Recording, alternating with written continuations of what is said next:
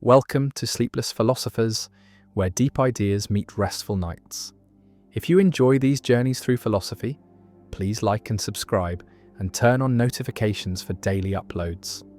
To support the channel, consider leaving a super thanks. Any amount helps us continue creating content. You can also become a member to request video topics. We're not monetized, so your support truly makes the difference. Now let the philosophy begin. The omnipotence paradox. Can God create a rock so heavy that God cannot lift it? A theologian proclaims that God is omnipotent, all-powerful, able to do anything, and this claim is central to many religious traditions. Reflects the idea that God is unlimited, unconstrained, the ultimate being with ultimate power, and yet a simple question reveals a logical puzzle, a challenge to the coherence of omnipotence. And the question asks whether God can create a rock so heavy that God cannot lift it. And this question seems innocent, but it creates a dilemma. Because if God can create such a rock, then there is something God cannot do, namely, lift the rock. And so God is not omnipotent. And if God cannot create such a rock, then again, there is something God cannot do, namely, create the unliftable rock. And so again, God is not omnipotent. And either way, omnipotence seems impossible, seems self-contradictory, and this is the omnipotence paradox, also called the stone paradox, a puzzle that has troubled theologians and philosophers for centuries, forcing them to clarify what omnipotence means, what powers an all-powerful being could and could not have, and whether the concept of omnipotence is even coherent. Imagine the scenario concretely. God stands in a cosmic workshop, materials at hand, ready to create. And God decides to make a rock, but not just any rock. A rock so massive, so heavy, so immovable that even God's infinite power cannot lift it. And God sets to work, shaping matter, compressing mass, until the rock is complete. And then God tries to lift it, and the rock does not budge. God pulls and pushes and exerts all divine force, but the rock remains on the ground, unliftable. And this seems to show that God is not omnipotent, because there is something God cannot do, cannot lift this particular rock. And yet if God never creates the rock, if God admits that creating such a rock is impossible, then this also shows God is not omnipotent, because there is something God cannot create. And the paradox presents a forced choice. Neither option preserves omnipotence. And the concept seems to collapse under its own logic. The paradox can be generalized beyond rocks. The question could be whether God can create a task so difficult that God cannot complete it, whether God can create a being so powerful that God cannot control it, whether God can make a rule so binding that God cannot break it, and in each case the same structure emerges. Either God can create the limiting thing, in which case God is limited by it, or God cannot create it, in which case God is limited by the inability to create it. And either way, God's power has boundaries, and omnipotence seems impossible. And this suggests that omnipotence might be an incoherent concept, might not be logically possible, might be like a square circle or a married bachelor, something that sounds meaningful but actually combines contradictory ideas and cannot exist. Theologians and philosophers have developed several responses to the paradox, attempting to show that omnipotence is coherent and that the paradox rests on misunderstandings or ambiguities. One common response is to restrict omnipotence to logically possible tasks, to say that God can do anything that is logically possible but cannot do things that are logically impossible, and creating a rock that an omnipotent being cannot lift is logically impossible, is self-contradictory, because omnipotence includes the ability to lift anything, and so a rock that cannot be lifted by an omnipotent being is a logical impossibility, like a square circle. And God's inability to create logical impossibilities does not limit God's power in any meaningful sense, because logical impossibilities are not real tasks, are not things that could be done. And so excluding them from the scope of omnipotence is not a limitation but a clarification. Visualize omnipotence as a set of powers. the power to create anything logically possible, the power to know anything knowable, the power to do anything doable, and the set does not include impossible things, does not include making square circles or creating married bachelors or lifting unliftable rocks. Because these are not tasks, are not possibilities, are just combinations of words that do not refer to any coherent state of affairs. And just as we do not think a mathematician is limited because they cannot prove that 2 + 2 = 5, we should not think God is limited because God cannot do logically impossible things, because these are not things, are not genuine constraints on power. Another response distinguishes between God's essential attributes and God's contingent choices, and argues that omnipotence means God has the power to do anything consistent with God's nature. And part of God's nature is being omnipotent, and so God cannot create a situation where God lacks omnipotence, because that would contradict God's nature. But this is not a limitation on God's power. It is a feature of what God is. And just as God cannot make God not exist, because God is a necessary being, God cannot make God not omnipotent, because omnipotence is essential to God. And the rock scenario asks God to create a contradiction, to remain omnipotent while becoming not omnipotent, and this is incoherent. And God's inability to do it reflects logical necessity, not weakness. A third response embraces the paradox and argues that it shows omnipotence is paradoxical, is not a coherent concept, and rather than defending omnipotence, we should acknowledge that God's power, while immense, is not literally unlimited, that there are things God cannot do, and this is not a defect in God but a recognition that power, like any concept, has logical limits. And some religious traditions, particularly in Eastern philosophy, are comfortable with divine paradoxes, with the idea that ultimate reality transcends logical categories, and the paradox of omnipotence is just one of many paradoxes that arise when finite human concepts are applied to the infinite divine. The paradox also appears in discussions of free will and divine foreknowledge, because if God knows the future infallibly, then God knows what choices humans will make. And if God knows what choices humans will make, then humans cannot choose otherwise, because if they could, then God's knowledge would be wrong, and so divine omniscience seems to eliminate human free will. And this creates a dilemma similar to the omnipotence paradox. Either God is not omniscient, does not know future free choices, or humans are not free, do not have genuine choice. And both options are unpalatable to many theologians who want to preserve both divine perfection and human freedom.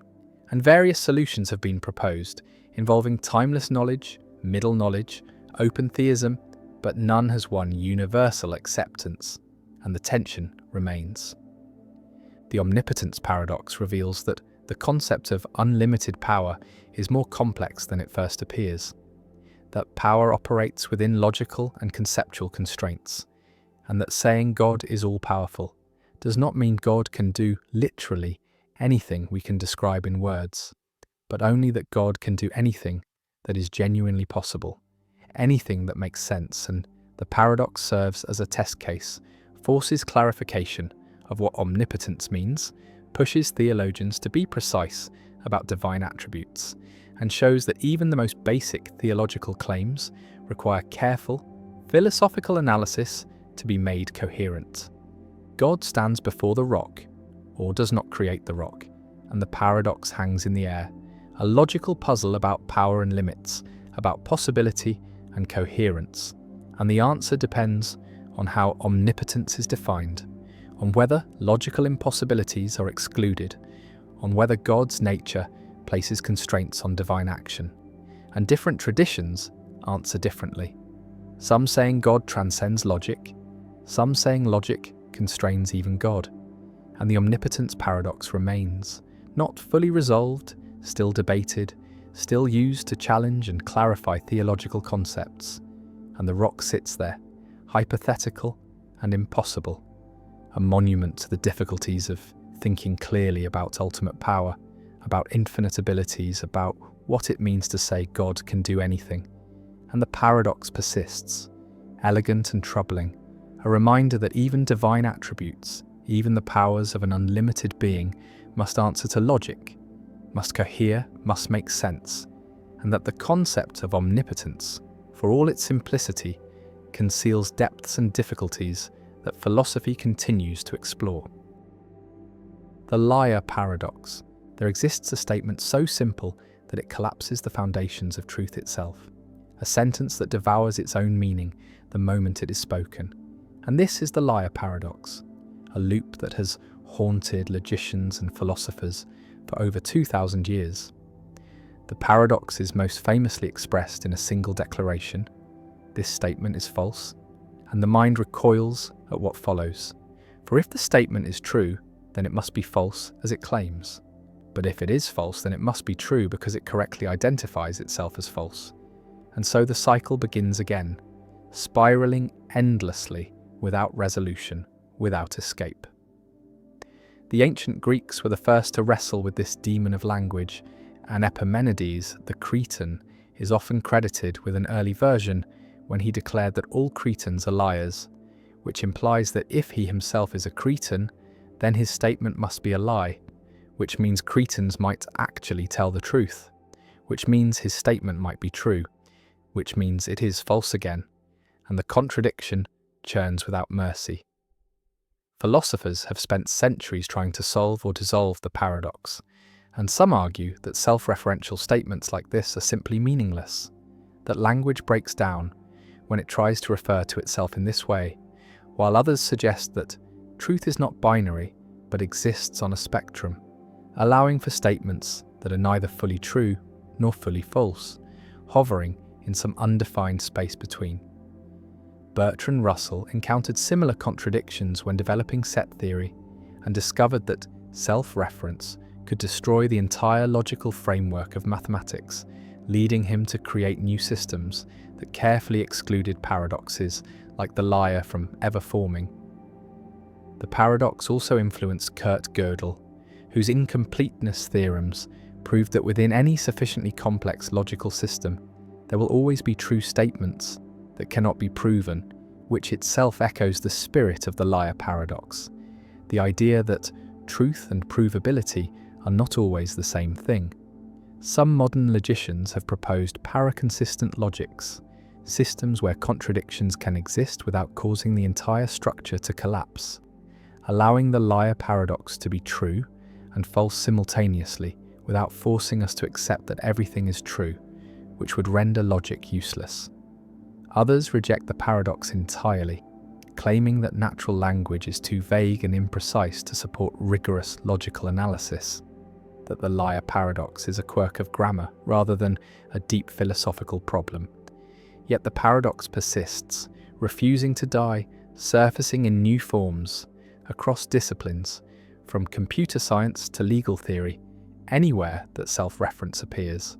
Consider a sign that reads, "Ignore this sign," or a rule that states there are no rules, or a person who says everything I say is a lie, and the same strange loop emerges, the same dizzying collapse of meaning.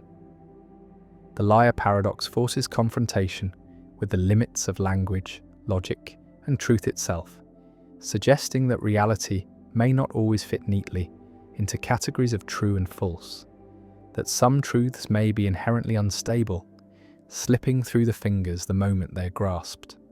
It reminds us that words are not perfect mirrors of reality, but tools shaped by human thought, and sometimes those tools turn on themselves, revealing cracks in the structures we build to make sense of existence.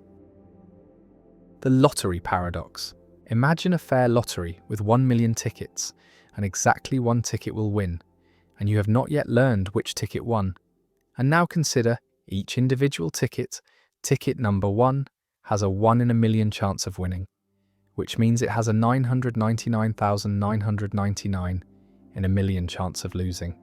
And this is overwhelmingly probable, so probable that it seems rational to believe that ticket 1 will not win. And the same reasoning applies to ticket 2, ticket 3, and every other ticket. Each has a minuscule chance of winning and an enormous chance of losing, and so it seems rational to believe of each ticket that it will not win. But now a problem emerges. If you believe that ticket 1 will not win, and you believe that ticket 2 will not win, and you believe this for each of the million tickets, then it seems you should believe that no ticket will win, because belief is generally thought to be closed under conjunction. If you believe P and you believe Q, then you should believe P and Q. And by repeated application of this principle, if you believe of each ticket that it will not win, then you should believe that none of them will win. But you also know with certainty that exactly one ticket will win. This is a stipulated fact of the lottery, and so you believe both that no ticket will win and that some ticket will win. And these beliefs are contradictory, and so you hold contradictory beliefs, which seems paradigmatically irrational. Yet each individual belief, the belief that ticket 1 will not win, the belief that ticket 2 will not win, and so on, seems perfectly rational, justified by the overwhelming probability. And so the lottery paradox forces a choice between accepting that rational belief can be inconsistent, rejecting closure of belief under conjunction, or denying that high probability is sufficient for rational belief. The paradox was articulated by Henry Kaiberg in the 1960s, and it has generated an enormous literature in epistemology with various proposed solutions and no clear consensus.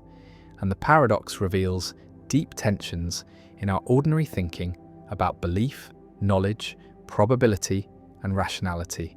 Tensions that cannot be easily resolved without giving up some cherished principles or intuitions. One response is to reject closure, to argue that rational belief is not closed under conjunction, that you can rationally believe each of many propositions without rationally believing all of them together, especially when the propositions are probabilistic and the number of them is large. And this response aligns with the observation that the probability of a conjunction is the product of the probabilities of the conjuncts. And so even if each ticket has only a 1 in a million chance of winning, the probability that at least one ticket wins is certainty. And so there is a gap between the high probability of each individual proposition and the low probability of their conjunction. And this gap justifies believing each individual proposition while not believing their conjunction. Another response is to raise the threshold for rational belief, to argue that high probability is not sufficient for belief, that belief requires something stronger, perhaps near certainty or probability, above some higher threshold, like 99% or 99.9%. And if we raise the threshold high enough, then it will no longer be rational to believe of each ticket that it will not win, because the probability that it will not win, while high, is not high enough to meet the raised threshold. And so the paradox dissolves, because the initial premise that it is rational to believe of each ticket that it will not win is rejected. A third response distinguishes between degrees of belief or credence and full belief, arguing that we should assign high credence to the proposition that ticket 1 will not win, perhaps 99.9999%, but we should not fully believe it. And full belief is reserved for propositions that meet a higher standard, perhaps certainty or near certainty. And this response preserves the intuition that high probability matters for rationality, while avoiding the paradox by denying that high probability justifies full belief. Still another response embraces a kind of rational inconsistency, arguing that in certain situations it is rational to hold inconsistent beliefs, that consistency is not an absolute requirement of rationality, that the world is complex and uncertain, and our beliefs must reflect that uncertainty, even if it means tolerating some inconsistency. And this response aligns with the preface paradox, where an author rationally believes each claim in a book while rationally believing that not. All the claims are true, and both paradoxes suggest that closure of belief under conjunction is too strong a requirement, that it demands a kind of logical perfection that finite agents in uncertain environments cannot achieve. The lottery paradox also connects to debates about the nature of knowledge, because it seems clear that you do not know that ticket 1 will not win, even though you have excellent evidence for believing it. And this suggests that knowledge requires something more than justified true belief, perhaps a safety condition. The requirement that in nearby possible worlds where you believe PP is true, and in the lottery case there are nearby worlds where the lottery is run fairly and ticket one wins, in which your belief that ticket one will not win is false, and so your belief fails the safety condition and does not constitute knowledge, even if it happens to be true. The paradox has practical implications as well, because we constantly make decisions based on beliefs that have high but not maximal probability. We believe that the plane will not crash, that the medicine will work, that the bridge will not collapse, and in each case there is a small probability that our belief is false. Yet we act on these beliefs. We board the plane, take the medicine, cross the bridge, and if we refuse to believe or act on anything less than certainty, we would be paralyzed, unable to function in a world of uncertainty. And so, the lottery paradox is not merely an abstract puzzle, but a reflection of the epistemic situation we constantly face, the need to navigate between skepticism and credulity, between demanding too much certainty and accepting too little, between the logical ideal of perfect consistency and the practical necessity of acting on incomplete information. The million tickets sit in the urn, one will win, the others will lose, and reason seems to say both that we should believe of each that it will lose, and that we should not believe that all will lose. And this contradiction, or apparent contradiction, has no easy resolution, no solution that preserves all intuitions and principles.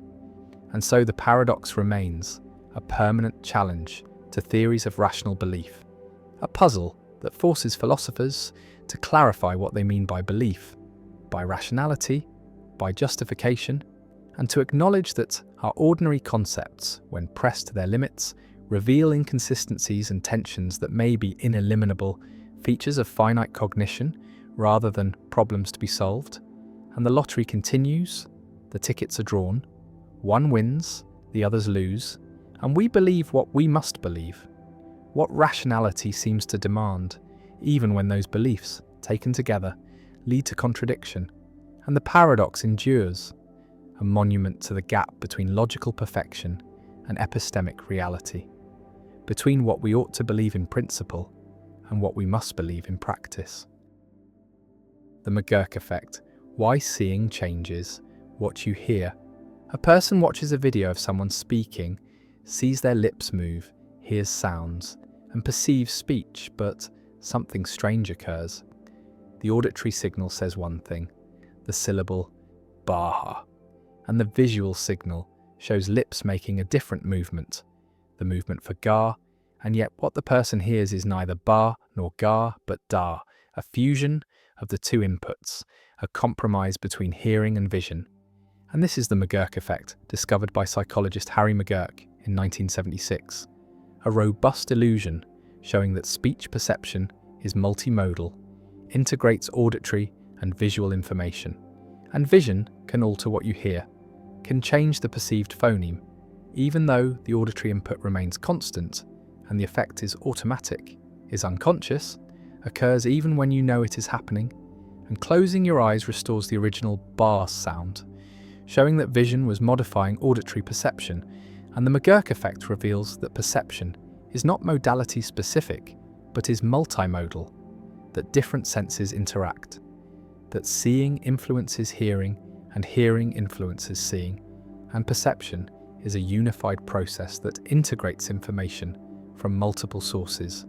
And this has implications for theories of perception, for understanding consciousness, and for recognizing that sensory modalities are not separate channels, but are interconnected systems that jointly construct perceptual experience. Imagine experiencing the effect, watching a video where someone's lips move saying ga while the audio plays ba, and you hear da, not what was said, not what the lips showed, but a fusion, and you know the audio is ba, can check by closing your eyes, but when your eyes are open you hear da, vision overrides audition, changes what you hear, and the effect is involuntary, is not something you can turn off.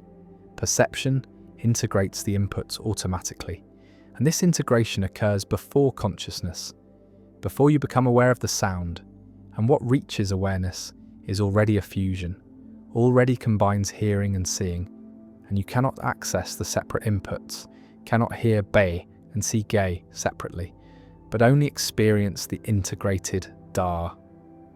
The McGurk effect demonstrates that speech perception is not purely auditory, not simply a matter of processing sound waves, but involves visual information about lip movements, facial gestures, speaker identity, and context. And the brain combines these sources, weighs them according to reliability, and produces a unified percept. And when visual and auditory information conflict, the brain compromises, produces a perception that splits the difference. And this compromise shows that perception is not just input-driven but is constructed, is the result of unconscious inference, of combining cues according to probabilities. And McGurk is an example where the inference goes wrong, produces a percept that does not match either input perfectly, but represents the brain's best guess given conflicting information. Visualize the perceptual system as Bayesian, as computing probabilities based on sensory inputs and prior expectations.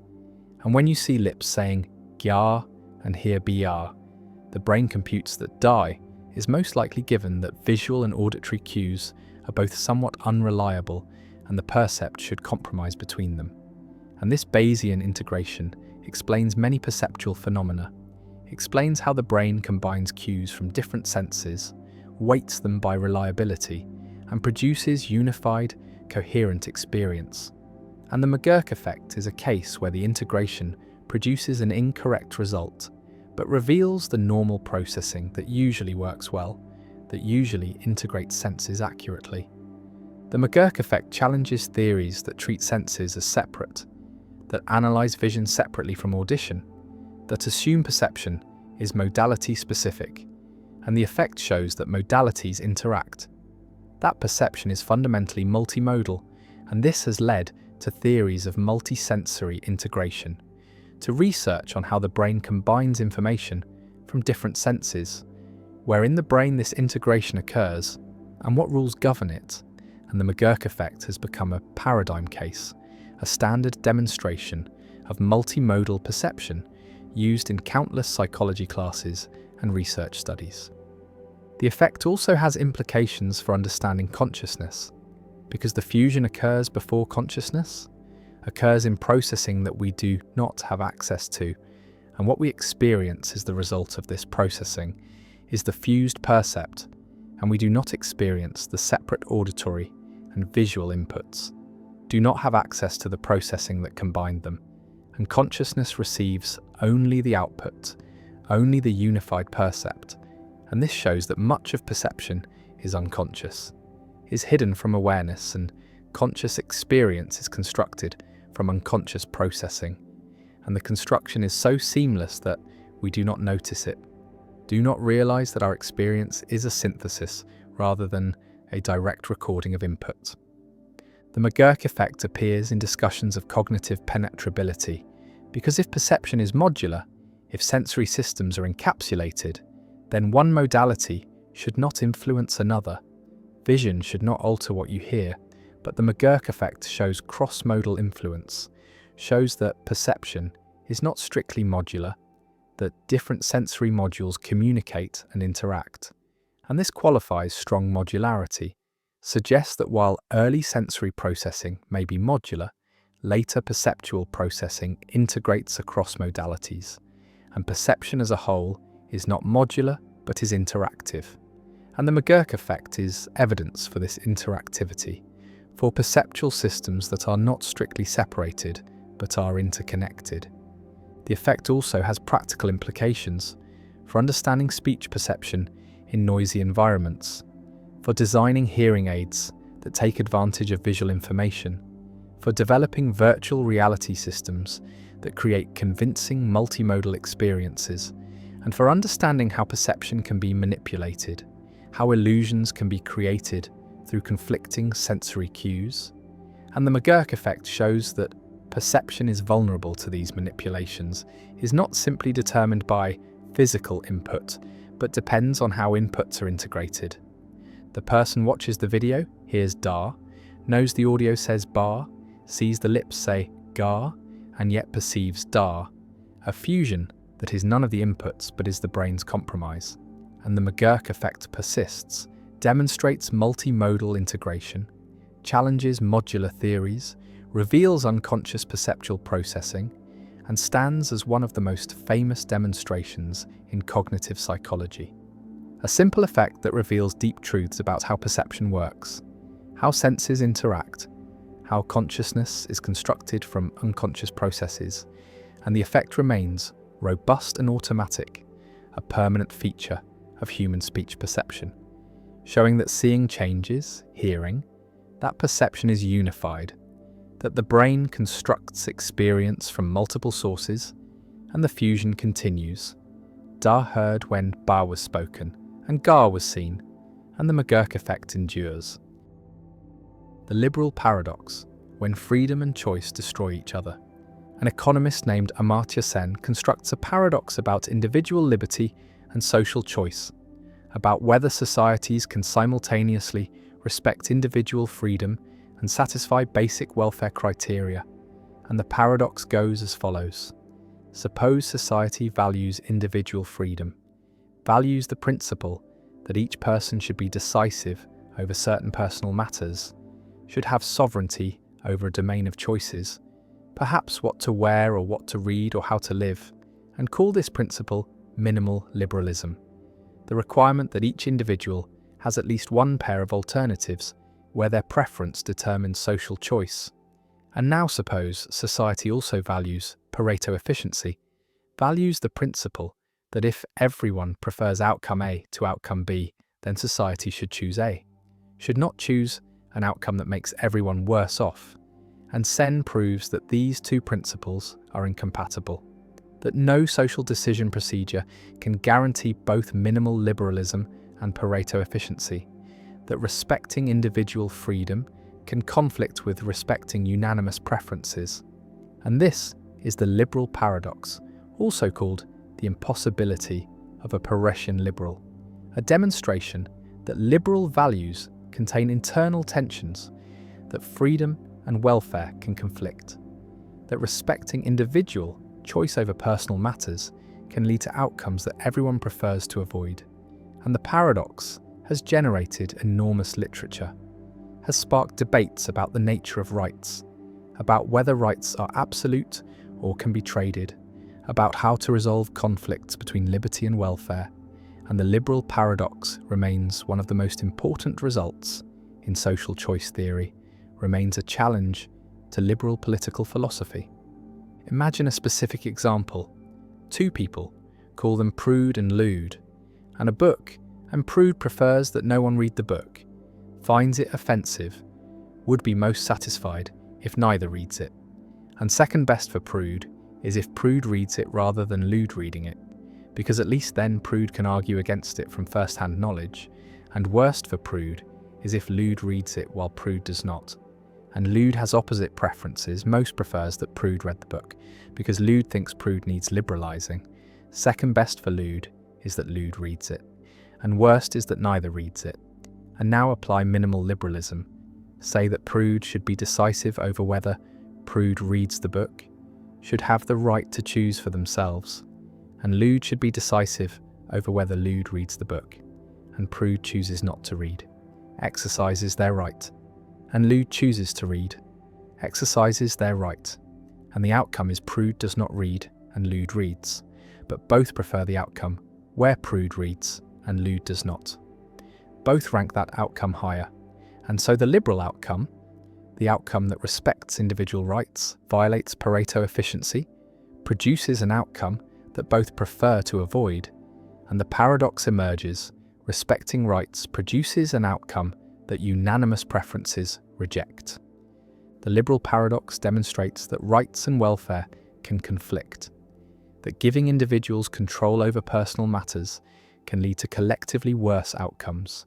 And this challenges the assumption that liberalism is coherent, that respecting freedom always improves welfare, and Sen's paradox shows that this is false, shows that freedom and welfare can diverge, that societies face trade-offs between respecting rights and respecting preferences, and different resolutions prioritize differently.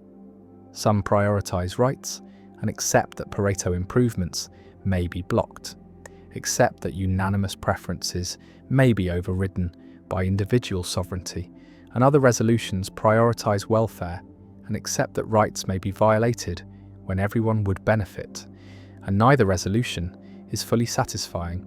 Both involve accepting tensions within liberal values. Visualize the paradox as revealing a cycle. Individual rights produce an outcome, unanimous preferences reject that outcome and prefer an alternative. But that alternative violates individual rights, and we are stuck cannot satisfy both rights and preferences simultaneously. And this cycle shows that liberalism contains contradictions, that its commitments can conflict, and resolving the conflict requires prioritizing, requires deciding whether rights or welfare is more fundamental, and different liberal theories answer differently. Rights-based liberalism prioritizes rights and accepts welfare losses. Welfare-based liberalism prioritizes welfare and accepts rights violations, and no theory satisfies both perfectly. One response to the liberal paradox argues that the problem is with the specification of rights, that the rights in Sen's example are meddlesome, are concerned with what others do, and proper rights are self-regarding, are concerned only with what you do, not with what others do. And if rights are limited to self-regarding matters, then the paradox may not arise, then respecting rights may be compatible with Pareto efficiency. And this response requires distinguishing between self-regarding and other regarding preferences, between preferences about your own life and preferences about others' lives. And liberalism protects the former, but not the latter, and this resolves the paradox by restricting the domain of rights, by denying that Prude has a right to prevent Lude from reading, even if Prude prefers that outcome. Another response accepts the paradox, accepts that rights sometimes block Pareto improvements, and argues that this is acceptable, that rights are constraints on social choice, are not mere preferences to be aggregated, but are protections that cannot be violated, even for welfare gains. And this deontological response treats rights as absolute, as trumps over welfare, and accepts that respecting rights may produce outcomes that everyone prefers to avoid. And this response is consistent with rights-based liberalism, with the view that individual freedom is foundational, is not negotiable, and welfare considerations cannot override rights. And the paradox is accepted as showing the cost of rights, showing that freedom has trade-offs. A third response questions the Pareto principle, argues that unanimous preferences should not always be respected, that preference satisfaction is not always good. And in Sen's example, the preferences are meddlesome, are concerned with interfering in others' choices, and perhaps such preferences should not count, should not be given weight in social choice. And this response modifies the Pareto principle to exclude meddlesome preferences, to respect only preferences about self-regarding matters. And this resolves the paradox by restricting the domain of preferences that matter for social choice.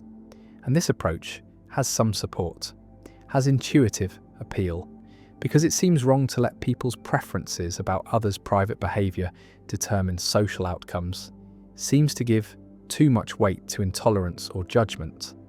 The liberal paradox also connects to debates about paternalism, about whether societies should prevent people from making choices that harm themselves, and paternalism violates minimal liberalism, overrides individual choice for welfare reasons, and the paradox shows why such overriding might be tempting, shows that respecting choice can produce outcomes that the chooser prefers to avoid. And this creates pressure toward paternalism, toward intervention, but liberalism resists, maintains that individual choice must be respected even when it leads to regret. And the tension between respecting choice and promoting welfare is permanent, is built into liberal theory, and the paradox makes it explicit. Some argue that the liberal paradox is merely theoretical, is unlikely in practice, requires specific preference structures that rarely occur, and empirical investigation of whether such structures exist would be valuable, but regardless of frequency, the paradox is important as a logical possibility, as a demonstration that liberal principles can conflict. And this shows that liberalism requires trade-offs, requires balancing competing values, and political philosophy must grapple with these trade-offs rather than assuming that liberal values are always compatible. The paradox also raises questions about whether societies should recognize rights at all, whether individual sovereignty over personal matters is justified if it can lead to collectively worse outcomes. And consequentialists might use the paradox to argue against rights, to argue that social choice should be based on welfare alone, without constraints from individual rights. But most find this conclusion extreme, find that rights are valuable despite potential conflicts with welfare, and the challenge is to specify rights carefully, to balance rights and welfare, to create institutions that respect both as much as possible while recognizing that perfect compatibility is impossible.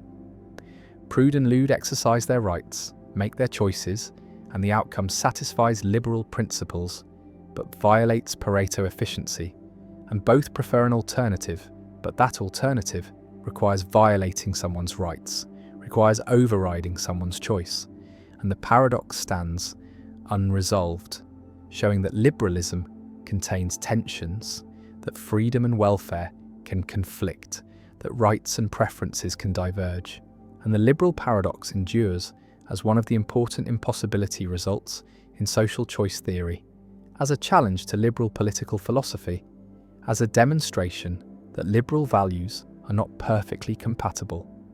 And the paradox remains a permanent feature of liberal theory, requiring careful navigation, requiring trade-offs between competing values, and showing that coherent liberalism is more complex than it appears. The non-identity problem, why creating a disabled child, seems wrong but harms no one. A woman takes medication that she knows will cause her future child to be born with a disability that will significantly reduce the child's quality of life, but will not make life so bad that it is not worth living, and the child will live with chronic pain, with limited mobility, with challenges that most people do not face. But the child will still experience joy and love and meaning, and life will be worth living overall, just harder, just less good than it could have been. And we are inclined to say that the woman did something wrong, that she should have stopped taking the medication, should have waited until it cleared her system before conceiving. And if she had waited, she would have conceived a different child, a healthy child. And this seems like the obviously right choice, but now philosopher Derek Parfit poses a troubling question. Who exactly was harmed by the woman's choice? Who was made worse off? And the answer is puzzling because the disabled child cannot claim to have been harmed.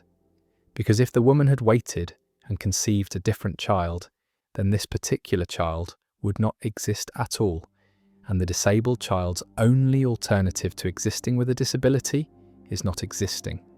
And existing with a disability, as long as life is worth living, is better than not existing. And so the disabled child is not worse off, is actually better off for existing. And if no one was harmed, then how can the action be wrong? And this is the non-identity problem, a puzzle about how to ground judgments of wrongness in cases where the identity of affected individuals depends on the choices being evaluated. Imagine the scenario more carefully. At time 1, the woman is taking medication, and she has a choice: conceive now and have a disabled child, or wait a month, stop the medication, and conceive a healthy child. And suppose she chooses to conceive now, and 9 months later, a child is born with a disability. Call this child Alex, and Alex grows up facing challenges, but also experiencing good things. And on balance, Alex is glad to be alive, prefers existing to not existing. And now we ask whether the woman wronged Alex, whether Alex was harmed by the woman's choice. And the problem is that the alternative was not Alex without the disability. The alternative was a different child entirely, because different sperm and egg would have united if the woman had waited, and different genetic material produces a different person. And so Alex's options were either exist with the disability or not exist at all. And Alex is better off existing with the disability than not existing. And so how can Alex complain? How can Alex say the woman wronged them when the only other possibility is non-existence? And if Alex cannot complain, then who can? And if no one can complain, then in what sense was the action wrong? The problem generalizes beyond this specific case. It arises whenever a choice affects who will exist rather than merely affecting how existing people will fare. And these cases are called non-identity cases, and they include decisions about environmental policy, where current generations choose between policies that affect which future people will exist. Decisions about genetic engineering, where parents choose traits for children who would not exist without that choice.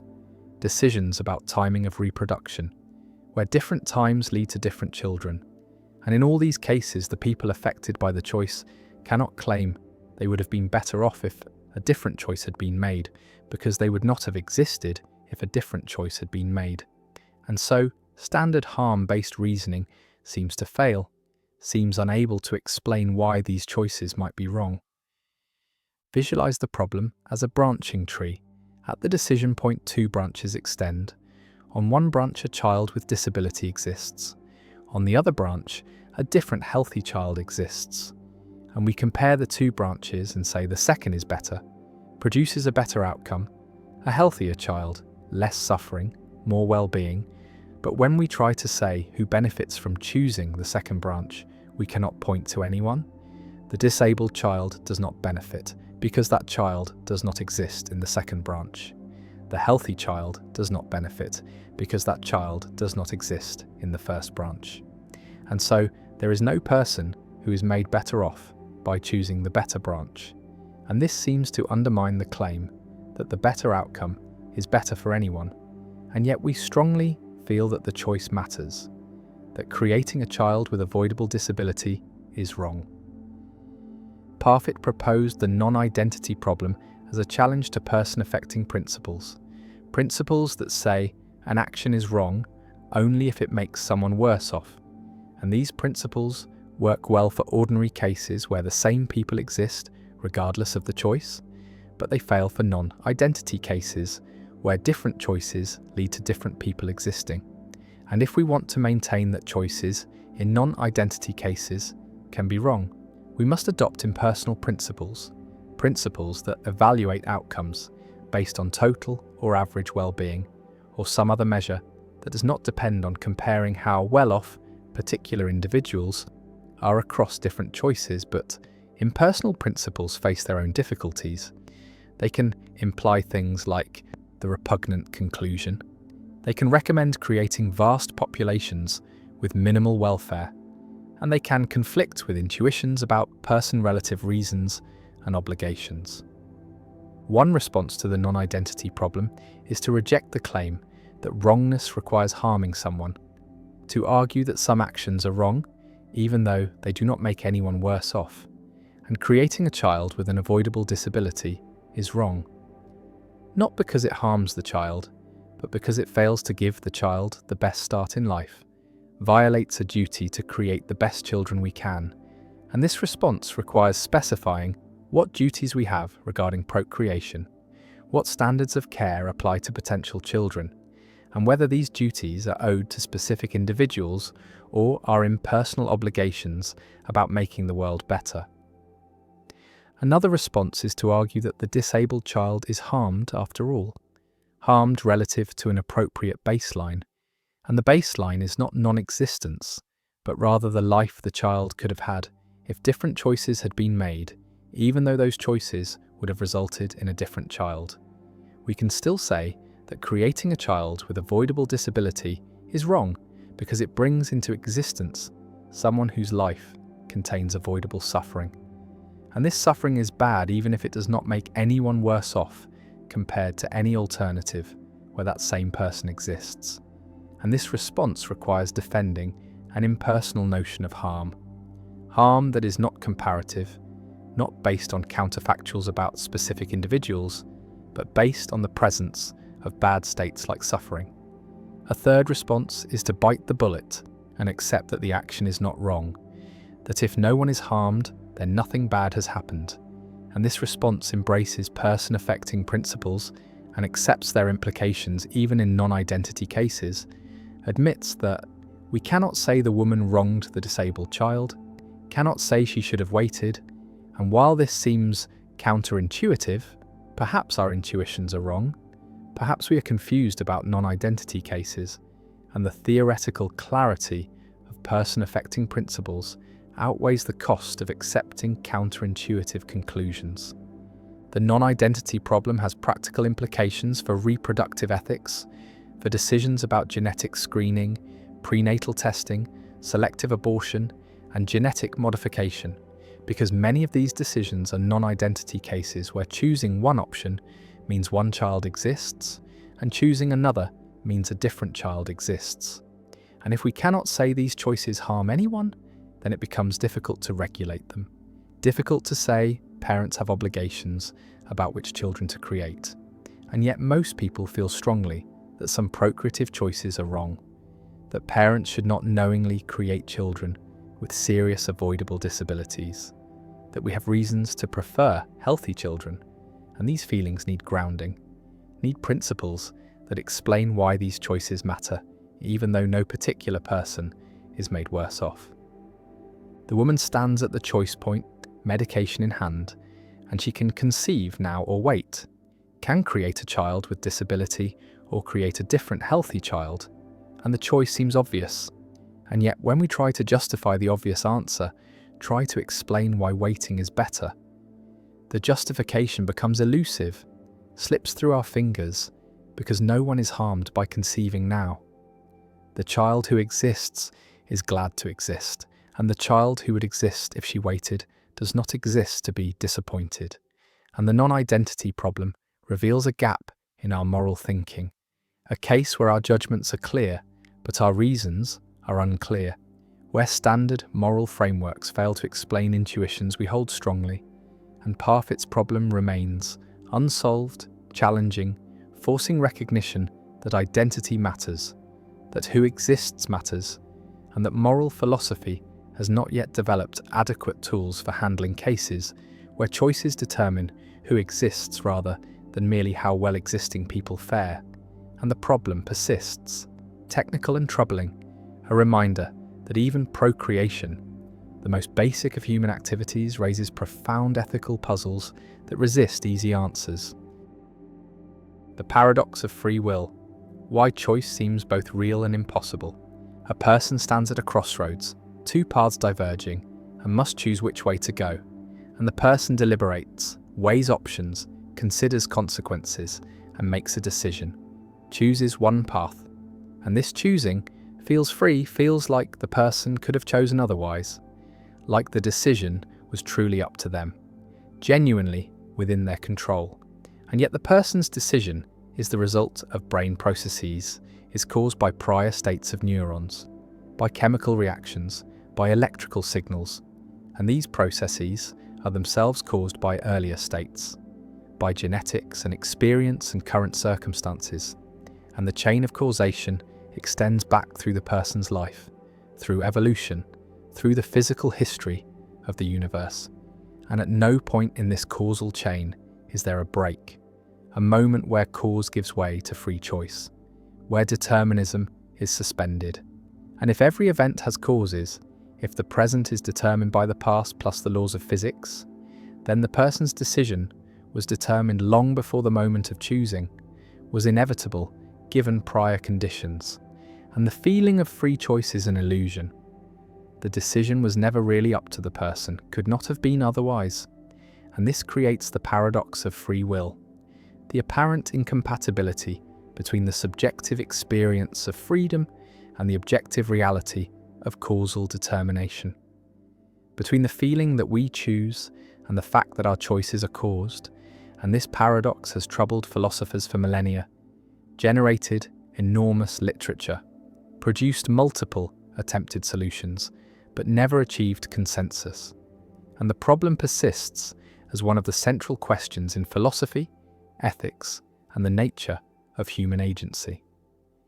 Imagine the person's brain at the moment of decision, neurons firing in specific patterns, dopamine and serotonin modulating activity, and these patterns cause the decision, determine which path is chosen, and the patterns themselves were caused by prior brain states, by sensory inputs, by memories activated, by emotional states, and these prior states had their own causes, and the causal chain is unbroken, and nowhere in this chain is there room for free will, for choices that are not caused, for decisions that could have been different given exactly the same prior conditions. And if determinism is true, if the laws of physics determine everything, then free will seems impossible, seems to be a conceptual confusion, and yet the feeling of freedom persists, and we hold people responsible for their actions, praise and blame them, treat them as if their choices were free, and the legal system, morality, social practices all assume free will, assume that people could have done otherwise. And the paradox is that free will seems both necessary for responsibility and impossible given causation. The paradox generates three main positions: compatibilism, which says free will is compatible with determinism, incompatibilism, which says they are incompatible, and libertarianism, not political libertarianism, but metaphysical libertarianism, which accepts incompatibility and argues that determinism is false, that humans have genuine free will, and different philosophers defend each position with different arguments, and no consensus emerges, and the debate continues, and the paradox remains unresolved, and perhaps unresolvable, and this might reflect a deep feature of human existence, that we cannot escape the feeling of freedom, even if we become convinced intellectually that freedom is impossible, that the first-person perspective of deliberation requires treating ourselves as free even if the third-person perspective of science shows that we are determined. Visualize determinism as a timeline. The state of the universe at one time, plus the laws of physics, determines the state at the next time. And this determination is complete, includes everything, includes brain states and decisions, and the timeline is like a film that has already been recorded, and we are living through it, experiencing events as they unfold, but the sequence is fixed, was fixed by initial conditions billions of years ago, and our decisions are frames in this film, are determined by previous frames. And no alternative timeline is possible given the initial conditions and the laws. And if this picture is correct, then the feeling of having options, of being able to choose differently, is illusory. We could not have chosen differently. The decision was already encoded in the prior state of the universe, and we are not free. Compatibilists respond that this picture misunderstands what free will requires, that free will does not require the ability to have chosen differently given exactly the same prior conditions, does not require breaking the causal chain, but only requires that our choices flow from our own desires, values, character, that we are not coerced, not forced, not manipulated, and as long as the person's decision resulted from their own deliberation, their own reasons, they acted freely, even though their deliberation was caused, even though their reasons were determined. And free will is compatible with determinism, because free will is about the source of action, about whether it comes from the agent's own psychology, not about whether it is uncaused.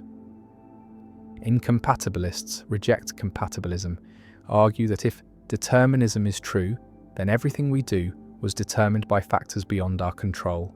By genetics we did not choose, by environments we did not create, by causal chains that began before we were born. And we are not genuinely responsible for actions that were determined by factors beyond our control. And compatibilist free will is not real freedom, but is a verbal trick, is redefining freedom to make it compatible with determinism and genuine freedom. The kind required for moral responsibility requires that we could have done otherwise, requires that our choices are not determined. And since determinism is probably true, given physics, genuine free will probably does not exist, and moral responsibility is problematic. Libertarians argue that determinism is false, that quantum mechanics shows that the universe is not deterministic, that there is genuine randomness, genuine indeterminacy at the quantum level, and this indeterminacy allows for free will, allows for choices that are not determined by prior states. But critics respond that randomness is not freedom, that random neural processes do not give us control over our actions, do not make us responsible, and adding randomness to determinism does not create free will, creates only determinism plus chance, and neither determination nor chance gives us the control required for responsibility. The paradox of free will also has practical implications for criminal justice, for morality, for how we treat each other, because if free will is an illusion, then punishment seems unjustified, seems cruel, and blame seems inappropriate, and we should respond to harmful behavior with rehabilitation or prevention rather than retribution. And yet the practice of holding people responsible seems essential to social life, seems unavoidable even if philosophically problematic. And we continue to blame and praise, punish and reward, as if free will exists, and perhaps this is necessary. Perhaps human social life requires treating people as responsible, even if the metaphysical foundations are shaky.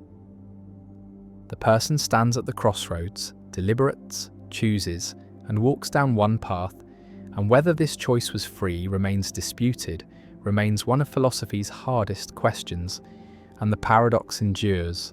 Free will seems both essential and impossible, both real and illusory, and the tension between these perspectives remains unresolved, and perhaps the tension is permanent, is a feature of human existence that cannot be eliminated, that we must live with the subjective feeling of freedom while recognizing the objective reality of causation, and the paradox of free will persists as a permanent puzzle about human agency, about responsibility, about whether we are authors of our actions or merely characters in a predetermined story. And the question remains open, continues to generate debate, continues to matter for ethics and law and self-understanding. And the crossroads remains, the paths diverge, the choice is made, and whether it was truly free remains one of philosophy's deepest and most enduring questions. The paradox of analysis, how explaining something makes it meaningless. A philosopher attempts to analyze a concept, to provide a definition that captures its meaning precisely, and suppose the concept is knowledge, and the philosopher proposes that knowledge is justified true belief. And this analysis, if correct, should be informative, should tell us something we did not already know about what knowledge is, should illuminate the concept by breaking it down into simpler components. But here emerges a paradox articulated by C.H. Langford and discussed extensively by G.E. Moore, because if the analysis is correct, then the analysandum, the concept being analysed, and the analysans, the analysis itself, must have the same meaning, must be synonymous, otherwise the analysis would be incorrect, would not capture what knowledge really is. But if they are synonymous, then stating the analysis provides no new information, becomes a tautology, becomes equivalent to saying knowledge is knowledge, which is trivial, tells us nothing. And so the analysis cannot be both correct and informative. If it is correct, then it is trivial. If it is informative, then it is not a genuine analysis, but merely a stipulation or a proposed change of meaning. And this is the paradox of analysis, a puzzle about whether conceptual analysis is even possible, whether we can both correctly identify the meaning of a concept and provide new insight into that concept. Imagine presenting the analysis to someone who understands the concept of knowledge, who uses the word correctly, who can distinguish cases where knowledge is present from cases where it is absent, and you tell them that knowledge is justified true belief. And if they already knew this, if the definition merely makes explicit what was implicit in their understanding, then the analysis is correct but uninformative, tells them nothing new. But if they learn something, if the analysis reveals something they did not already know, then it seems the analysis is changing the concept rather than analysing it, is offering a new concept rather than clarifying the old one. And either way, the analysis fails to do what philosophical analysis is supposed to do, both correctly identify meaning and provide insight. The paradox challenges the entire enterprise of conceptual analysis, challenges the method that has been central to analytic philosophy for over a century. The method of taking ordinary concepts like knowledge, justice, truth, and providing precise definitions.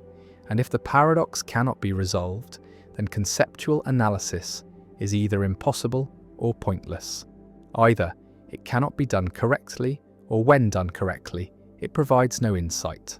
And this threatens one of philosophy's main methods, forces philosophers to reconsider what they're doing when they offer analyses, what counts as success and whether analysis is discovery or stipulation. Visualize the paradox as a dilemma. On one horn, the analysans and analysandum are synonymous, have the same meaning, and the analysis is correct but trivial, like saying a bachelor is an unmarried man, which is true but uninformative because anyone who understands the word bachelor already knows this. And on the other horn, the analysans and analysandum differ in meaning, and the analysis is informative but incorrect, provides new information but does not capture what the original concept meant. And either way, the analysis fails to achieve the goal of being both correct and informative. And the paradox seems to show that this goal is impossible, that correctness and informativeness are incompatible in conceptual analysis. One response distinguishes between sense and reference, between how a concept is presented and what it refers to, and argues that an analysis can have the same reference as the analysandum while differing in sense, and so the analysis is informative because it presents the concept differently, makes explicit aspects that were implicit even though it refers to the same thing, and the analysis knowledge is justified.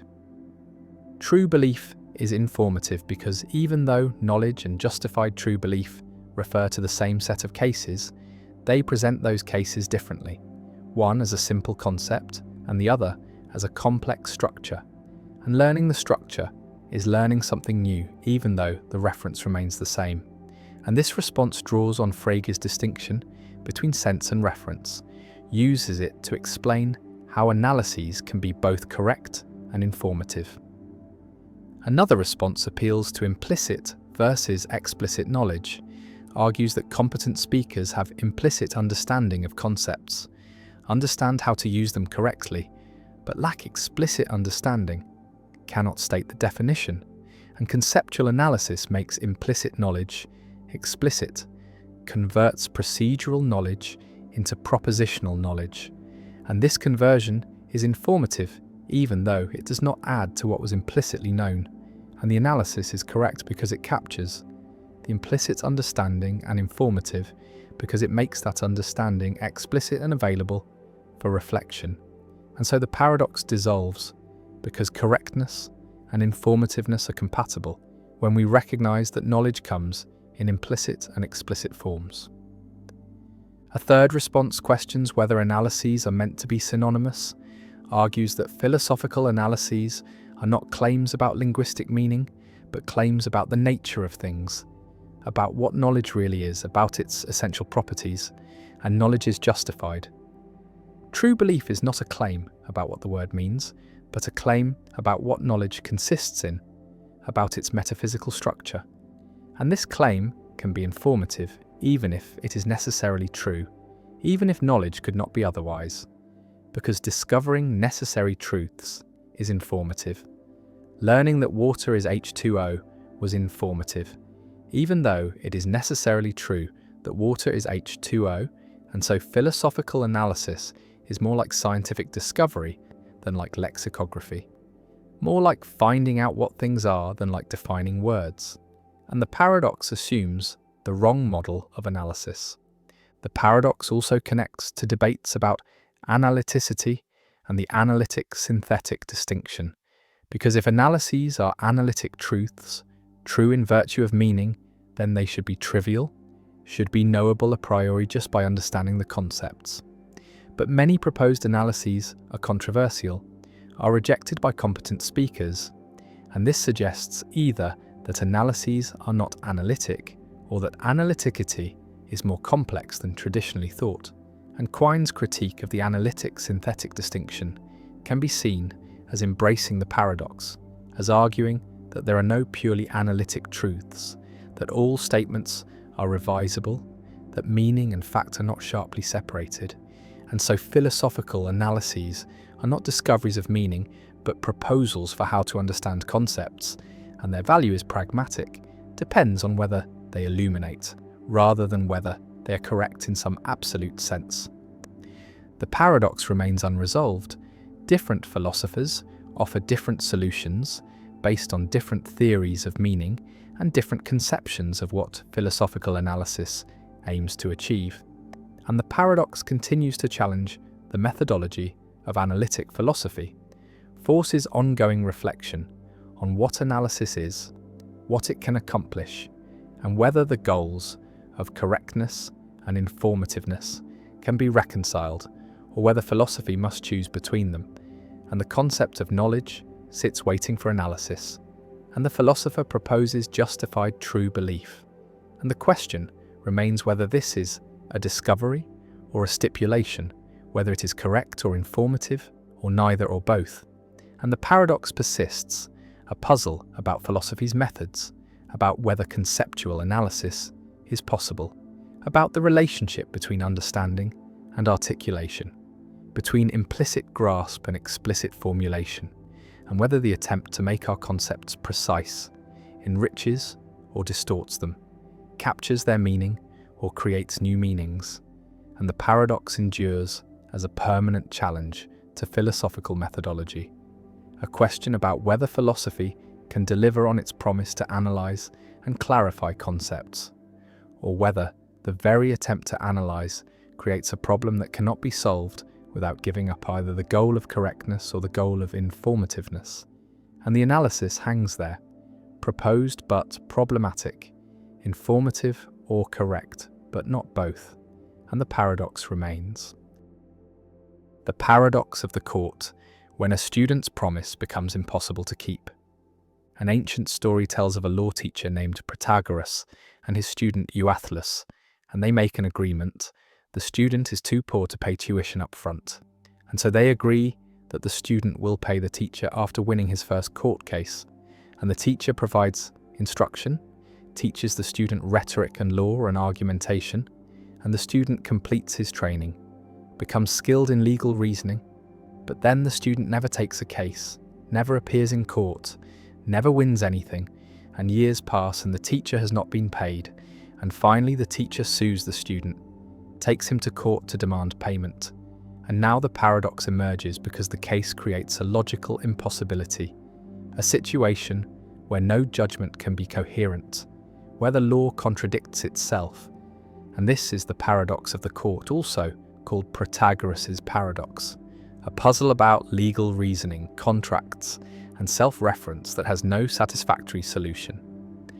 Imagine the trial. The teacher presents his case, arguing first that if he wins the lawsuit, then the court will order the student to pay, and the student will be legally obligated to pay the agreed tuition, and second that if he loses the lawsuit, then the student has won his first case, and according to the original agreement, the student must pay after winning his first case, and so either way, the student must pay, whether the court rules for the teacher or for the student. The contract ensures payment, and this argument seems impeccable, seems to show that the student cannot avoid payment, that filing the lawsuit was a clever move, that forces the student into a position where any outcome requires payment. But now the student, trained in rhetoric by the teacher himself, presents a counter-argument of equal force, arguing first that if he wins the lawsuit, then the court will rule in his favour, and he will not be legally obligated to pay, and second that if he loses the lawsuit, then he has not won his first case, and according to the original agreement, he only pays after winning his first case, and so either way, he does not have to pay. Whether the court rules for him or against him, the contract protects him from payment, and this argument also seems impeccable. seems to show that the student cannot be forced to pay, that the lawsuit was a mistake that creates a situation where no outcome requires payment. Visualize the judge sitting in court, listening to both arguments, recognizing that both are logically valid, both follow from the premises, both reach opposite conclusions, and the judge must render a verdict, must decide whether the student pays or does not pay. But any decision seems arbitrary, seems to violate logic, because if the judge rules for the teacher, then the student wins his first case and does not have to pay, according to the contract. And if the judge rules for the student, then the student loses and does have to pay, according to the contract. And so, the judge's decision determines the opposite of what it declares, creates a self-contradicting outcome, and the law becomes incoherent, and the case cannot be decided without paradox. The paradox reveals a problem with self-referential contracts whose terms depend on the outcome of litigation about those very terms, because such contracts create loops, create situations where the contract's fulfillment depends on whether the contract is enforced, and whether it is enforced depends on whether it is fulfilled. And this circular dependency generates contradictions, makes it impossible to apply the law consistently, and the paradox shows that some contracts, even if agreed to voluntarily by competent parties, are legally unenforceable. Not because they violate public policy or lack consideration, but because they are logically incoherent, because no court can implement them without contradiction. One proposed resolution is to distinguish between two different questions: the question of whether the student owes the teacher money according to the contract, and the question of whether the court should order the student to pay. And these are separate issues. The contract might create an obligation that the court nonetheless refuses to enforce, and the court could rule in favour of the student on the narrow question of whether the lawsuit succeeds, while still recognising that the student has a moral obligation under the contract to pay once he wins his first case elsewhere. And this resolution separates legal enforcement from contractual obligation, allows both arguments to be partially correct. The teacher is right that the student owes money, the student is right that the court should not order payment, and the paradox dissolves because the two contradictory outcomes apply to different questions. Another resolution appeals to temporal priority, arguing that the lawsuit itself does not count as the student's first case for purposes of the contract, because the contract was made before the lawsuit, and counting the lawsuit as the first case would mean the contract refers to itself, which creates the paradox.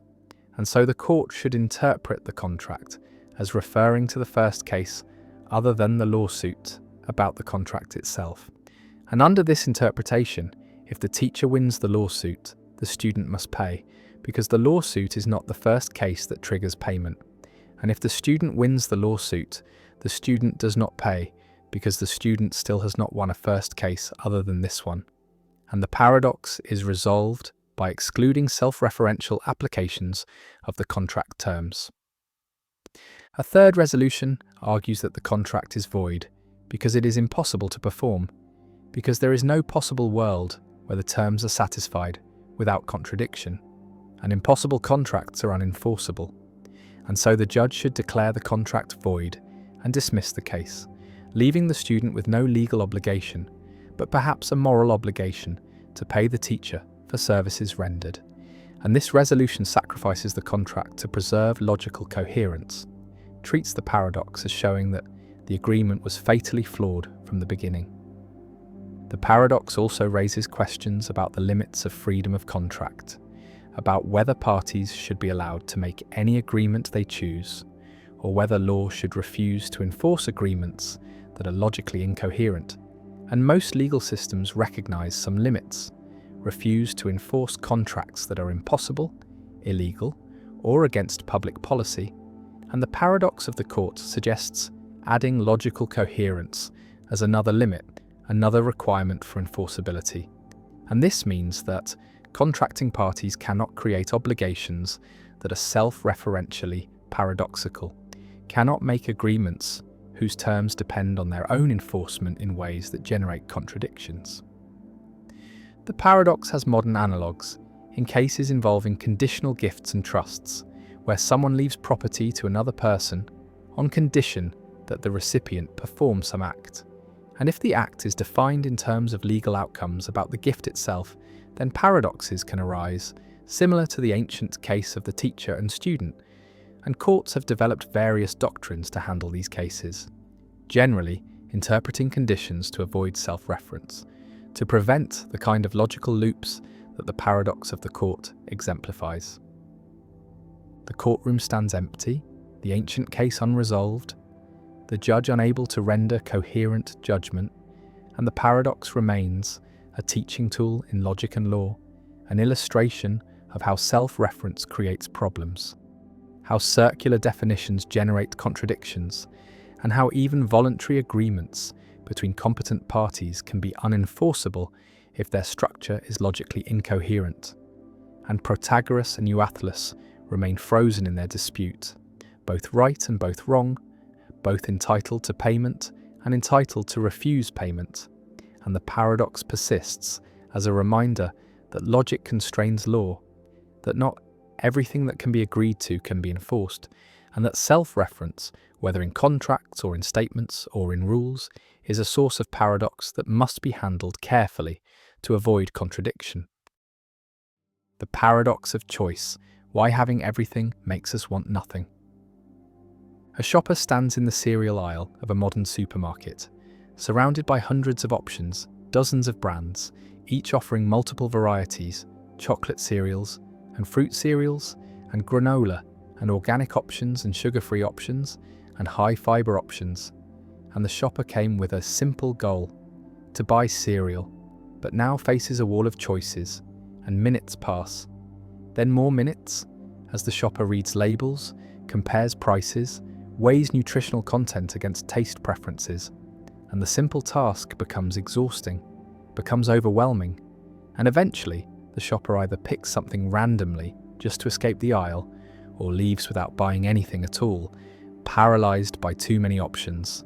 And this is the paradox of choice, articulated by psychologist Barry Schwartz. The observation that while having some choice is better than having none, having too many choices can actually make us worse off, can lead to decision paralysis, anxiety, dissatisfaction, and regret. And this paradox challenges the assumption that more freedom and more options always lead to better outcomes, suggests instead that there is an optimal amount of choice beyond which additional options become burdensome rather than beneficial. Imagine living in a world with few choices, a small village where there is one type of bread, one kind of shoe, limited options for occupation and lifestyle, and people generally wear what everyone wears, eat what everyone eats, follow the paths that tradition provides. And this limited choice can feel constraining, can prevent people from finding what truly suits them, can force them into roles and lifestyles that do not fit, but it also simplifies life, reduces the cognitive burden of decision-making, provides clear social scripts and expectations, and people in such societies often report high satisfaction because expectations are managed, because the gap between what they have and what they could have is small. And now contrast this with modern, affluent societies where choice proliferates endlessly, where every decision, from what to eat for breakfast to what career to pursue, involves navigating vast option spaces. And while this freedom allows for personalization, allows people to find exactly what they want, it also creates anxiety, creates the constant question of whether a better option exists, whether the choice made was optimal.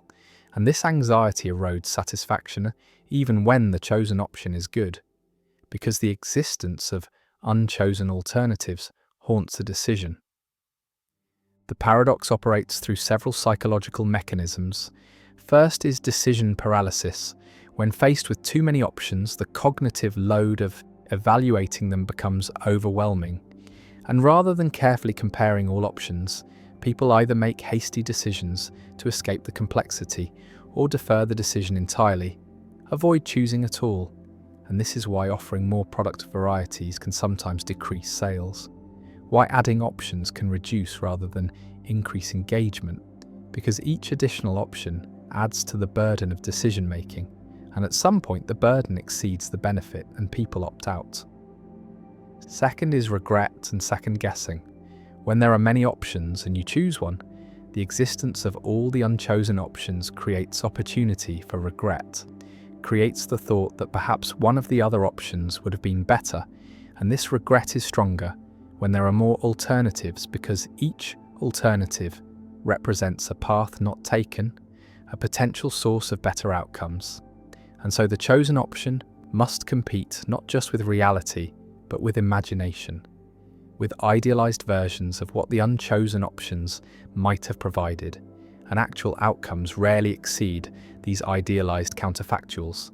And so satisfaction decreases even when the choice is good, and this effect is amplified when choices are reversible, when you can change your mind, because reversibility keeps all options perpetually open, prevents commitment, prevents the psychological closure that comes from accepting a decision as final. Third is the escalation of expectations. When there are few options, we expect less. We accept what is available and feel grateful if it is good.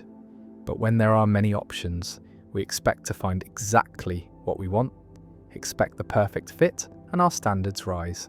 And this rising threshold means that good outcomes feel merely adequate rather than excellent. And satisfaction depends not on absolute quality, but on the gap between expectations and reality. And more choice raises expectations faster than it improves outcomes. And so, the net effect is decreased satisfaction, despite better products and more freedom. Visualize a graph with number of options on one axis and satisfaction on the other. And the relationship is not linear, but inverted U-shaped. Satisfaction rises as options increase from 0 to some moderate number, perhaps 5 or 10, because having some choice allows people to find something that fits their preferences. But beyond that optimal point, satisfaction begins to decline. And at very high numbers of options, satisfaction may even fall below the level experienced with minimal choice, because the cognitive and emotional costs of choosing exceed the benefits of additional options. And this inverted U captures the paradox, shows that more is not always better, that optimization requires moderation, that there is such a thing as too much freedom. The paradox has practical implications for product design, marketing, and policy. Companies that offer too many products may overwhelm customers and reduce sales, while companies that curate their offerings, that limit choice to a manageable set of high-quality options, may increase satisfaction and loyalty. And this is why successful brands often limit their product lines, why Apple offers relatively few models compared to competitors, why some restaurants have short menus. The limitation is not a failure, but a strategy, a recognition that customers benefit from being protected from too much choice, from having the decision space narrowed by experts who have already done the filtering. The paradox also affects personal life and well-being. Modern individuals face an unprecedented number of choices about identity, lifestyle, career, relationships, and consumption. And while this freedom is liberating in principle, in practice it can be exhausting, can create a sense of being overwhelmed, can generate anxiety about missing out on better options. And research shows that people in societies with more choice are not necessarily happier, that reported life satisfaction has not increased proportionally with the explosion of options, and some argue it has decreased, that the paradox of choice contributes to rising rates of anxiety and depression, that the burden of constructing a life from infinite options without clear guidance is a source of modern malaise. One response to the paradox is to adopt satisficing rather than maximizing as a decision strategy. Maximizers seek the best option, the optimal choice, and this requires evaluating all possibilities, comparing exhaustively, and the process is endless because there is always the possibility that a better option exists somewhere. While satisficers set a threshold of good enough and choose the first option that meets that threshold, and satisficers experience less stress, less regret, and higher satisfaction because they commit to good options without torturing themselves about whether better options exist. And embracing satisficing is a way to opt out of the paradox, to limit self-imposed choice burden even when external options are numerous. Another response is to establish routines and defaults, to make decisions once and then follow the decision automatically in the future, to reduce the number of active choices required. And this is why successful people often simplify their lives, wear the same clothes every day, eat the same breakfast, follow the same schedule, not because they lack creativity, but because they recognize that decision-making is a limited resource, that every choice consumes cognitive energy, and preserving that energy for important decisions requires eliminating trivial choices through routinization. A third response is to embrace constraints, to deliberately limit options, to refuse to consider all possibilities, and this might involve setting rules like, I only shop at this store, or I only consider jobs in this city. And these self-imposed constraints reduce the choice space, make decisions more manageable, and paradoxically increase freedom by preventing paralysis, by ensuring that decisions get made rather than deferred indefinitely. And constraints are not limitations on freedom, but conditions for effective exercise of freedom, structures that enable choice rather than preventing it. The shopper stands in the cereal aisle, paralyzed by options, and eventually walks away empty-handed or grabs something arbitrarily, and the experience is repeated across modern life, in career choices and relationship decisions and consumption patterns, and the paradox persists. More choice leading to less satisfaction, more freedom creating more anxiety. And Schwartz's insight remains relevant, challenges the ideology of unlimited choice, suggests that well-being requires moderation, requires protection from too much optionality, and the paradox endures as a reminder that freedom is complex, that having options is valuable, but that value has limits, that beyond a certain point additional options become burdens rather than benefits. And the challenge for individuals and societies is to find the optimal level of choice, the sweet spot where there is enough freedom to allow for genuine self-determination, but not so much that the burden of choosing overwhelms the benefit of having chosen. And the paradox remains a feature of modern affluent societies, a price paid for abundance, and a problem that requires not more choice but wiser choice, not more options but better frameworks for navigating options. And the cereal aisle waits, endless and overwhelming, and the shopper eventually learns to bring a list to decide in advance, to opt out of the paradox by refusing to treat every shopping trip as an opportunity for exhaustive optimization. The paradox of fiction: why we cry for people who don't exist. A person sits in a dark theatre watching a film, and on the screen a character faces tragedy, loses a loved one, experiences betrayal, suffers deeply, and the person watching feels genuine emotion, feels sadness, feels tears forming, feels the physiological responses of grief. And yet the person knows that what is happening on screen is not real, knows that the characters are fictional, that no one actually died, that the suffering is pretend, is mere actors following a script in front of cameras. And this creates a puzzle, because emotions seem to require beliefs, seem to depend on thinking that something is really happening, that genuine harm or loss has occurred. And if you do not believe something is real, then you should not have emotional responses to it.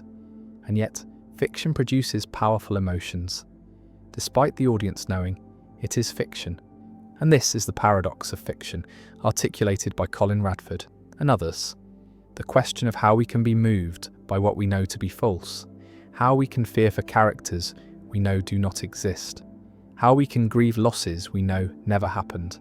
And the paradox challenges our understanding of emotion, raises questions about the relationship between belief and feeling, and forces recognition that emotional responses are more complex than simple belief response models suggest. Imagine watching a horror film, a scene where the protagonist is chased by a monster, and your heart races, adrenaline surges, You feel fear, genuine fear, and yet you know you are safe. Know you are sitting in a theatre.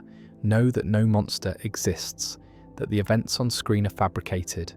And if fear requires believing you are in danger, then you should not feel fear, should remain calm, should watch with detachment. But you do not. You respond emotionally, despite knowing the fiction is not real. And this emotional engagement is not a mistake, not a failure of rationality, but is how fiction works, how stories affect us. And the paradox asks how this is possible, how belief and emotion relate when they seem to come apart in cases of fiction. The paradox can be formulated as three inconsistent claims. First, we have emotional responses to fictional characters and events. We cry at sad movies, laugh at comedies, feel suspense in thrillers, and this is undeniable. Second, emotional responses require beliefs about the reality of their objects.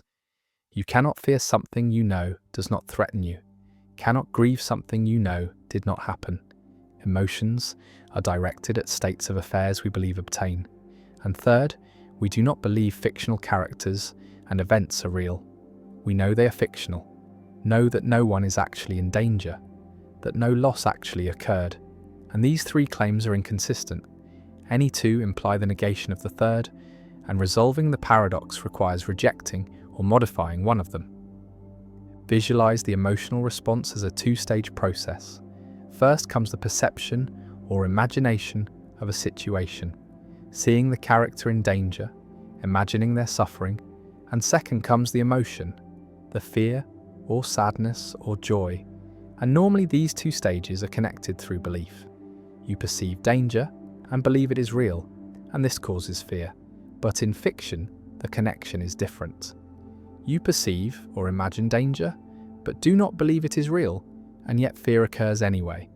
And the paradox asks what mediates the connection in fiction, if not belief. One response denies the second claim, argues that emotions do not require beliefs, that emotional responses can be triggered by perceptions or imaginings without requiring that we believe what we perceive or imagine is real, and this response treats emotions as more primitive than beliefs, as responses that evolved to deal with immediate situations and that can be activated by representations even when we know those representations are not real. And fiction works by hijacking these emotional systems, by presenting stimuli that trigger emotional responses directly without requiring belief. And so we fear fictional monsters, because our fear system responds to the representation of danger even when we know the danger is fictional.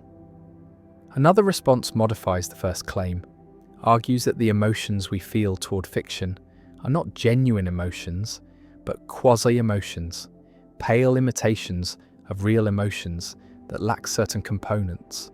And when we cry at a movie, we are not really sad, not in the way we would be sad if the events were real, but we are experiencing something similar, a simulation or shadow of sadness. And this quasi-emotion does not require belief, because it is not the full genuine article, and this response preserves the connection between belief and genuine emotion while explaining fiction through a different kind of response that resembles emotion without being emotion. A third response, associated with Kendall Walton, appeals to imaginative engagement, argues that when we engage with fiction, we make believe. We imagine that the fictional events are real, and our emotional responses are responses to what we imagine rather than to what we believe. And imagination can trigger emotional responses without requiring belief, can produce fear and sadness and joy through imagined scenarios. And fiction invites us to imagine certain things, and our emotions follow from these imaginings. And this response treats make-believe as a distinct cognitive mode, different from both belief and mere perception. A mode that can generate emotions without requiring that we believe the imagined content is real. The paradox also raises questions about the function of fiction, about why we engage with fictional narratives, why we subject ourselves to emotions triggered by events we know are not real. And various answers have been proposed. Perhaps fiction allows us to explore possibilities, to experience situations vicariously, to rehearse emotional responses in safe contexts. Perhaps it serves social functions, helps us understand others, builds empathy, creates shared experiences, or perhaps it provides aesthetic pleasure, the enjoyment of well-crafted narratives, regardless of their truth. And understanding why fiction moves us might help explain how it moves us, might reveal the mechanisms that connect fictional representations to emotional responses. The paradox extends beyond fiction to other representational arts, to paintings that depict scenes that never occurred, to music that evokes emotions without representing anything, to imaginative scenarios we generate ourselves when daydreaming or planning. And in all these cases, emotions arise without corresponding beliefs about reality. And this suggests that the relationship between emotion and belief is more flexible than the paradox assumes, that emotions can be triggered in multiple ways, through beliefs about reality, but also through perceptions, imaginings, representations, and stimuli that engage our emotional systems directly. Some philosophers argue that the paradox reveals important truths about the nature of emotion, that emotions are not simply cognitive responses to believed states of affairs, but are complex phenomena involving perception, imagination, physiological arousal, and behavioral dispositions. And these components can dissociate, can come apart, and in fiction, we have the perceptual and imaginative components without the belief component, and this dissociation produces emotional responses that are real but not fully equivalent to emotions directed at reality. And so the paradox is not a problem to solve, but a feature to explain, a demonstration of the complexity of emotional life. The theatre darkens, the film plays, the character suffers, and the audience cries, knowing it is fiction, yet moved nonetheless. And the paradox remains a puzzle about how art affects us, how representation produces emotion, how we can care about what we know does not exist, and the tears are real even though their object is not. And this strange combination, this ability to be moved by acknowledged fiction, is central to human experience, is what makes stories powerful, makes art meaningful, makes imagination a source of feeling as potent as reality. And the paradox endures, unresolved in the sense that no consensus solution has emerged.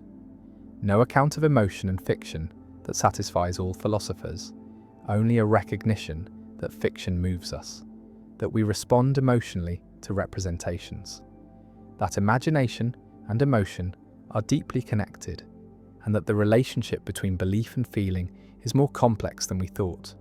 And the paradox persists as a reminder that human psychology is subtle, that cognitive and emotional systems interact in non-obvious ways, and that the ability to be moved by fiction, far from being a problem or a mistake, is a capacity that enriches life, that allows us to experience more than our immediate circumstances, to feel for others, to explore possibilities, and to find meaning in stories we know are not true. The paradox of power. Why having power makes you lose it. A leader gains power through competence, through understanding others' needs, through empathy and social intelligence, through building coalitions and reading situations accurately. And these qualities enable the rise to power, enable winning support, enable navigating social hierarchies, and the leader reaches positions of authority, gains control over resources, gains ability to make decisions affecting others, and then something changes. The experience of having power alters the psychology of the powerful, reduces empathy, reduces perspective taking, increases confidence, increases risk taking, and these changes are the opposite of what brought power, are the erosion of the very qualities that enabled gaining power. And this is the paradox of power, described by psychologist Daché Keltner and others. The finding that power changes people, makes them less attuned to others, less socially intelligent, less effective at the behaviours that won them power, and powerful people become entitled, become overconfident, become less accurate in reading social situations, And these changes lead to misuse of power, lead to decisions that harm subordinates, lead to loss of support, and eventually lead to loss of power itself. And the paradox shows that power contains the seeds of its own destruction, that having power undermines the qualities necessary to maintain power. And this cycle explains the rise and fall of leaders, explains why initial competence gives way to corruption or incompetence, explains why power corrupts. And the paradox has implications for understanding leadership, for recognizing that power is dangerous, that maintaining power requires deliberate effort to preserve the qualities that win power, requires resistance to the psychological effects of having power. Imagine the psychological changes that occur when someone gains power, gains control, gains authority, and research shows that power activates the behavioral approach system, increases focus on rewards, increases willingness to take risks, and simultaneously, power deactivates the behavioral inhibition system, reduces attention to threats, reduces concern about others' reactions, and these changes make powerful people more action-oriented, more decisive, but also less careful, less considerate. And experiments demonstrate this, show that people primed to feel powerful are more likely to interrupt others, to speak out of turn, to violate social norms, to take what they want without considering others, and powerful people literally see less, attend less to others' emotions, are worse at identifying facial expressions, are less accurate in reading social cues. And this reduced social intelligence is ironic because social intelligence is what typically wins power, is what enables navigating social hierarchies, and power reduces the very capacity that was necessary to gain it. The paradox of power demonstrates that power is self-undermining, that the experience of having power changes people in ways that make them worse at wielding power, that the psychological effects of power include overconfidence, reduced empathy, increased risk-taking, reduced constraint, and these effects lead to mistakes, lead to alienating subordinates, lead to poor decisions, and eventually lead to loss of power. And the cycle repeats. New leaders rise through empathy and social intelligence, gain power, lose these qualities, make mistakes, lose power. And the paradox is that the qualities needed to gain power are different from or opposite to the psychological effects of having power. And this mismatch drives the cycle, drives the rise and fall of leaders. And preventing the cycle requires awareness, requires powerful people to recognize the psychological effects of power and deliberately compensate, deliberately maintain empathy, deliberately attend to others, deliberately resist the natural effects of power. Visualize the paradox as a feedback loop. Gaining power reduces empathy. Reduced empathy leads to poor decisions. Poor decisions alienate supporters. Alienated supporters withdraw support. Withdrawn support leads to loss of power, and the loop is negative, is self-reinforcing, is a cycle that drives powerful people toward downfall. And breaking the loop requires intervention, requires powerful people to resist the psychological effects of power, requires institutional checks that constrain power, requires cultures that maintain accountability, and without such mechanisms, the loop runs its course, power leads to its own destruction, and the paradox unfolds.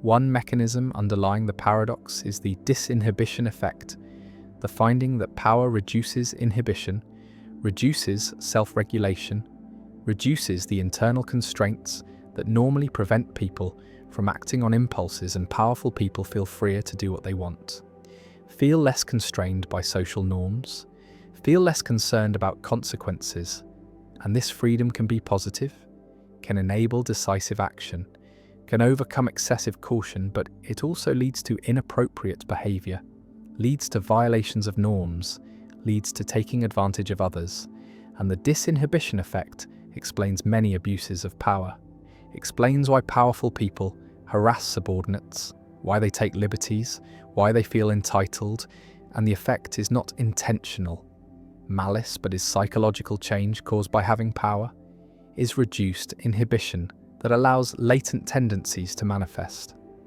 Another mechanism is the decreased perspective taking, the finding that power reduces the ability and motivation to understand others' perspectives, to imagine how situations look from others' viewpoints, and powerful people focus on their own goals, their own needs, and pay less attention to others. And this reduced perspective taking makes powerful people worse at negotiation, worse at building consensus, worse at understanding how their actions affect others, and these deficits undermine effectiveness, undermine leadership, and create the conditions for losing power. And the paradox is complete. Power reduces the social intelligence needed to maintain power. One response to the paradox is institutional design, creating checks on power, creating accountability mechanisms, creating regular reviews or elections that force powerful people to maintain support. And democratic systems embody this, have regular elections that remove leaders who lose support. And corporate boards have review processes. And these institutions mitigate the paradox by making power conditional, by requiring continued demonstration of competence, by preventing the complacency that power breeds. And effective institutions recognize the paradox, recognize that power corrupts, and design around it, create structures that limit the damage caused by the psychological effects of power. Another response is leadership development, training leaders to recognize the paradox, to understand the psychological effects of power, to deliberately maintain empathy and perspective taking. And research shows that awareness helps, that leaders who understand the paradox are better at resisting its effects, are more likely to maintain the qualities that won them power. And leadership training increasingly includes content about the psychology of power, about the importance of humility, about the need to deliberately attend to others despite the psychological pull towards self-focus. And this training aims to break the cycle, aims to help powerful people resist the natural effects of power. A third response is cultural, creating organizational cultures that value empathy, that reward perspective taking, that punish abuse of power. And some organizations succeed at this, create environments where power does not corrupt, where leaders remain accountable, remain connected to subordinates. And these cultures require work, require deliberate effort to maintain, require norms that constrain power, that make abuse costly, and they require exemplars, require leaders who model healthy use of power, who demonstrate that power can be wielded without corruption. And these cultural interventions show that the paradox is not inevitable, is not deterministic, but can be managed through collective effort. The paradox also connects to ancient wisdom, to the recognition across cultures and eras that power corrupts, that absolute power corrupts absolutely, that leaders must guard against the temptations of power. And philosophers from Plato to Confucius recognized the paradox, recognized that power changes people, and their advice remains relevant, remains a warning that power is dangerous, that vigilance is necessary, that humility is essential, and the paradox of power shows that this ancient wisdom is psychologically accurate, is confirmed by modern research, is not merely moral preaching, but is description of how power actually affects people. The leader rises, gains authority, controls resources, makes decisions, and power begins its work, reduces empathy, increases overconfidence, loosens inhibitions, and the leader becomes less effective, less attuned, more self-focused, makes mistakes, alienates supporters, and the fall begins, and the paradox completes its arc. Power undermines itself. The qualities that won power are lost, and new leaders rise to repeat the cycle, and the paradox of power endures as a permanent feature of leadership, as a psychological reality that must be managed, that must be resisted, that must be constrained through institutions and culture and awareness. And the paradox remains inevitable and destructive unless deliberately countered, unless powerful people recognize the effects and fight them, unless societies build structures that limit the damage, and the cycle continues. The rise and fall driven by the paradox that having power undermines the ability to keep it. The origination paradox, why you cannot create yourself. A philosopher asks where free will comes from. What makes a choice truly free, truly yours? And the answer seems to require that you be the ultimate source of your choices, that your decisions originate with you rather than being caused by factors beyond your control.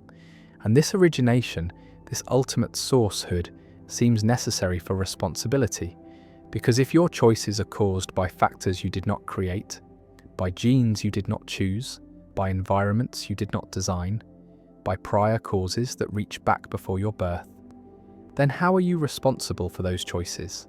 How are they truly yours?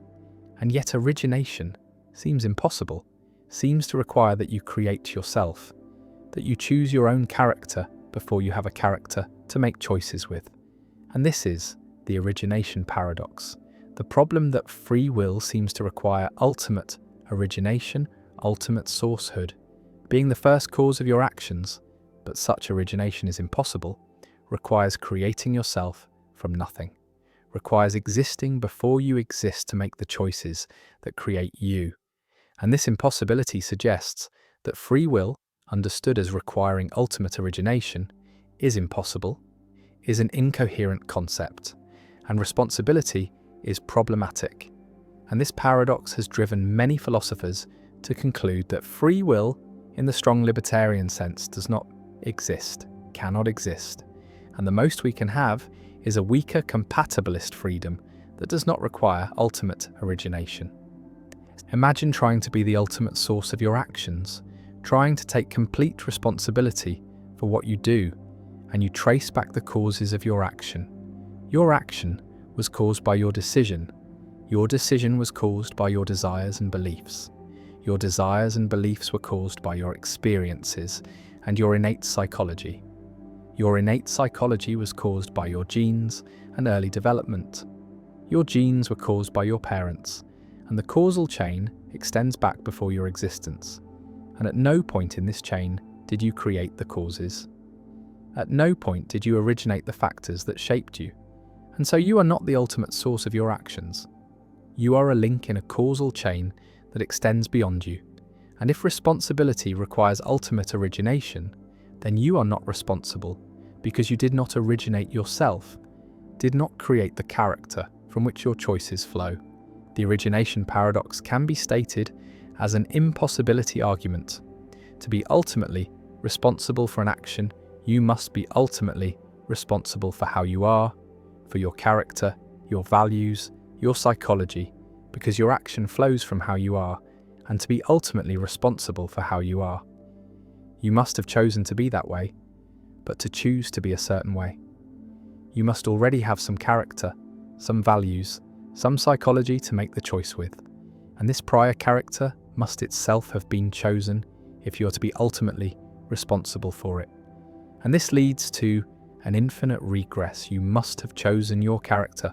Before choosing your character, must have existed before you existed to create yourself. And this is impossible. And so ultimate responsibility, ultimate origination is impossible. And if free will requires it, then free will is impossible.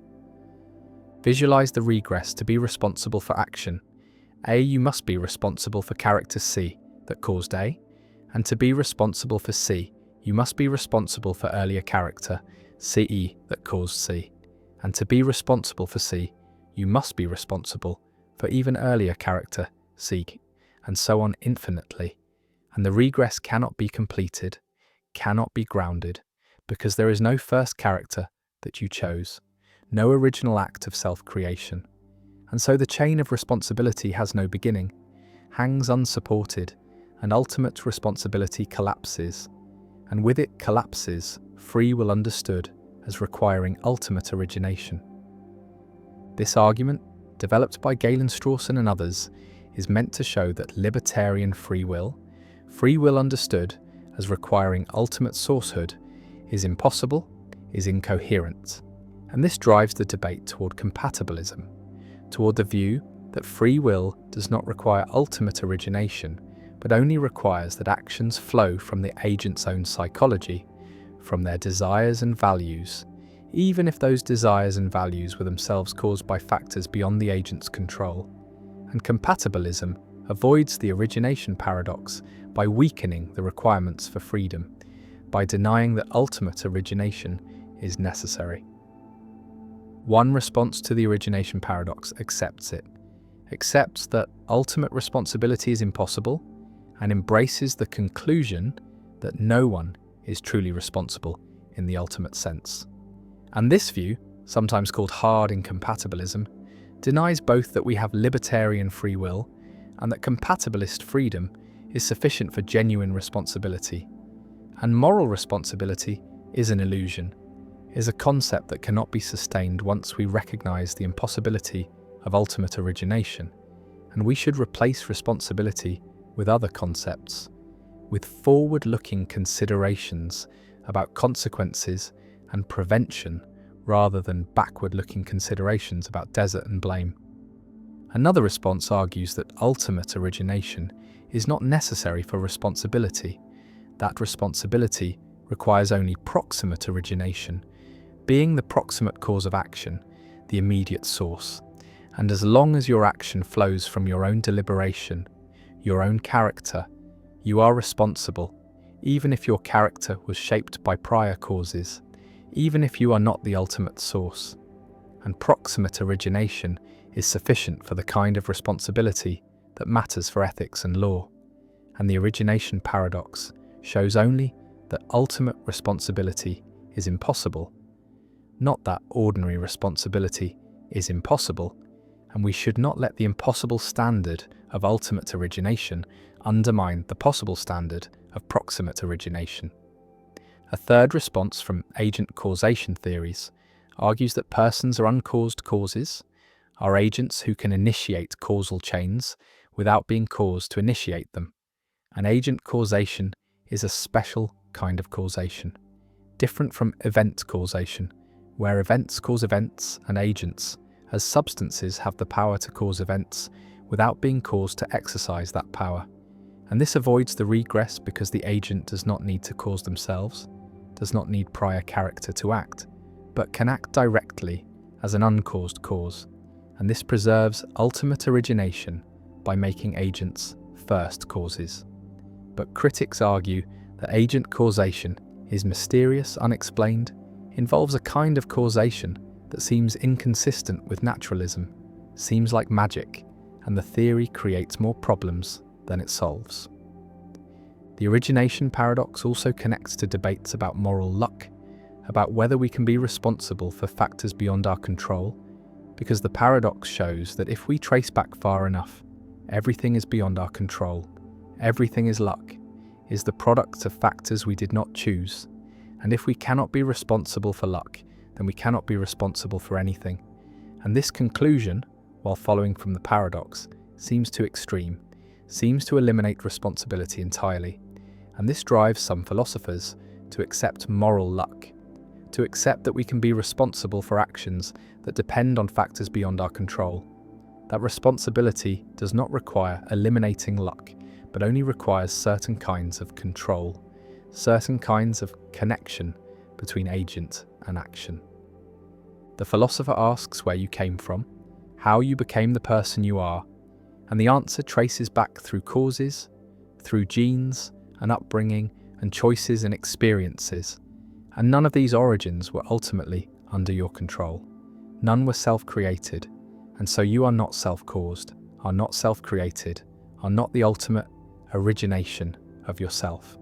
And if responsibility requires self-creation, then you are not responsible, and the origination paradox stands as a permanent challenge to libertarian theories of free will, shows that ultimate origination is impossible, shows that we cannot be the uncaused first causes of ourselves, and whether this impossibility undermines all responsibility or only ultimate responsibility remains contested, and the paradox persists, a challenge to the idea that we are truly the authors of our actions, truly the originators of our choices, and the causal chain extends back. and you stand in the middle, caused by the past, causing the future, and where you came from. Who created you? The answer is no one. You emerged from causes, were shaped by forces, and the origination was not yours, was nature's, was the universe's, and whether this makes you unfree, makes responsibility impossible, remains one of the deepest questions in philosophy of free will, and the origination paradox endures, impossible to solve, impossible to escape, a permanent reminder that self-creation is impossible, and ultimate origination is a fantasy, and what we are left with is proximate origination, being the immediate cause of actions, being the link through which causes flow, and whether this is enough for freedom remains the central question, and the paradox stands, stark and unavoidable, showing that we did not create ourselves, cannot create ourselves, and yet must live and choose and be responsible somehow. The paradox of confirmation. Why seeing a red apple proves all ravens are black. A scientist seeks to confirm the hypothesis that all ravens are black, and the obvious way to test this hypothesis is to observe ravens, to find ravens and check their colour. And each black raven found provides evidence for the hypothesis, confirms it slightly, makes it more likely to be true. And this seems straightforward, seems like basic scientific method. Observe instances that match the hypothesis and they provide confirmation. But philosopher Carl Hempel noticed something strange, something that reveals how confirmation works in unexpected ways. And the strangeness begins with a logical equivalence. The statement, all ravens are black, is logically equivalent to the statement, all non-black things are non-ravens. These two statements have exactly the same truth conditions. If one is true, then the other must be true. If one is false, then the other must be false.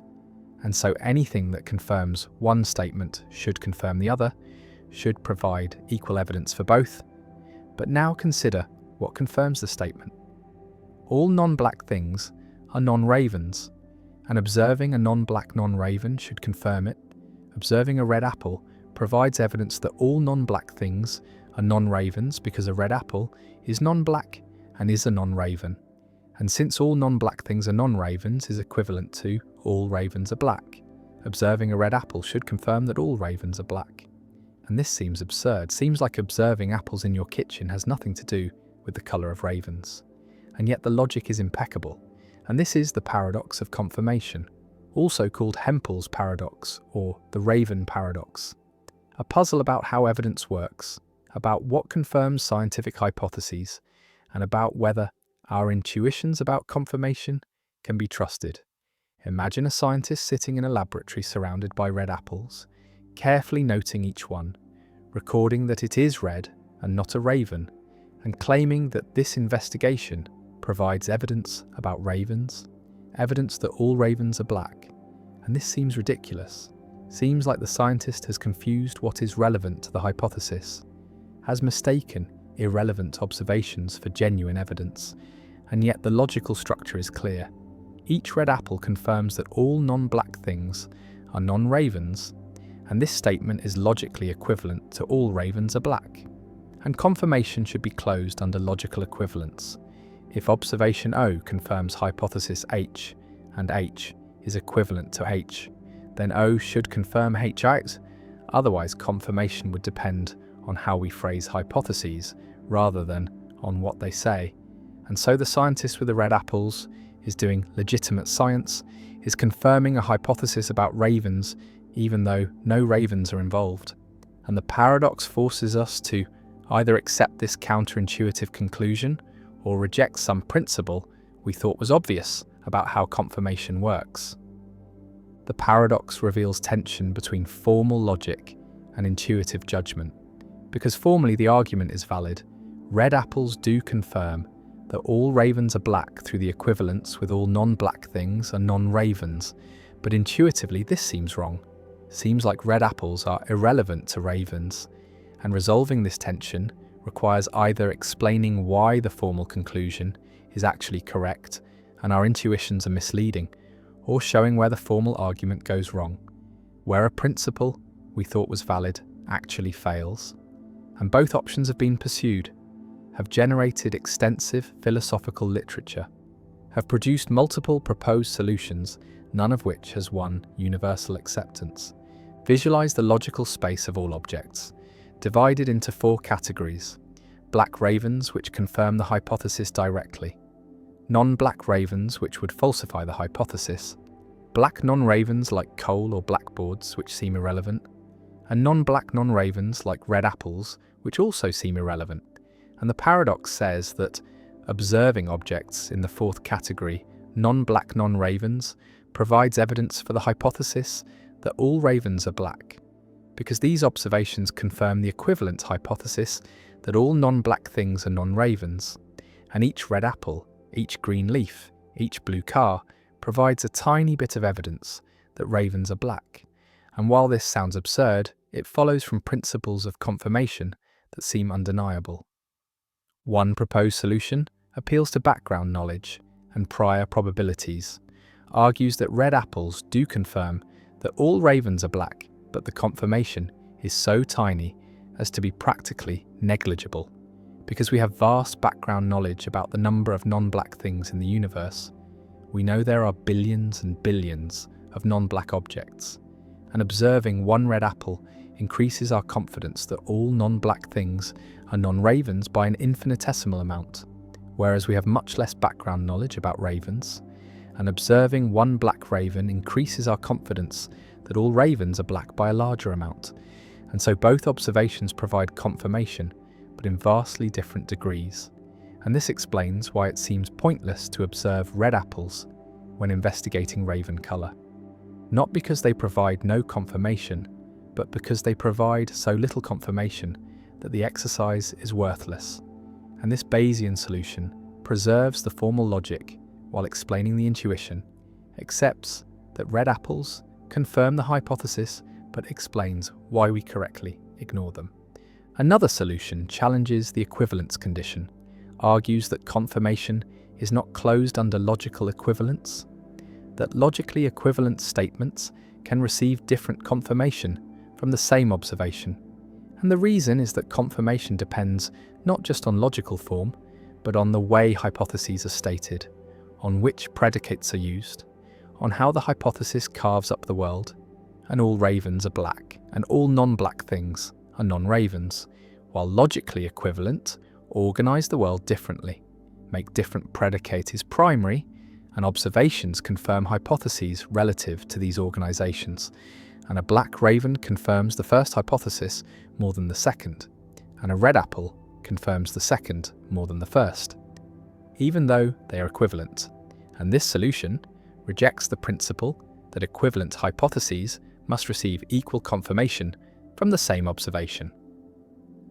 A third solution appeals to selective confirmation, argues that observing a red apple provides some evidence for all ravens are black, but only under certain conditions, only when the observation is made in a context where it has the potential to falsify the hypothesis.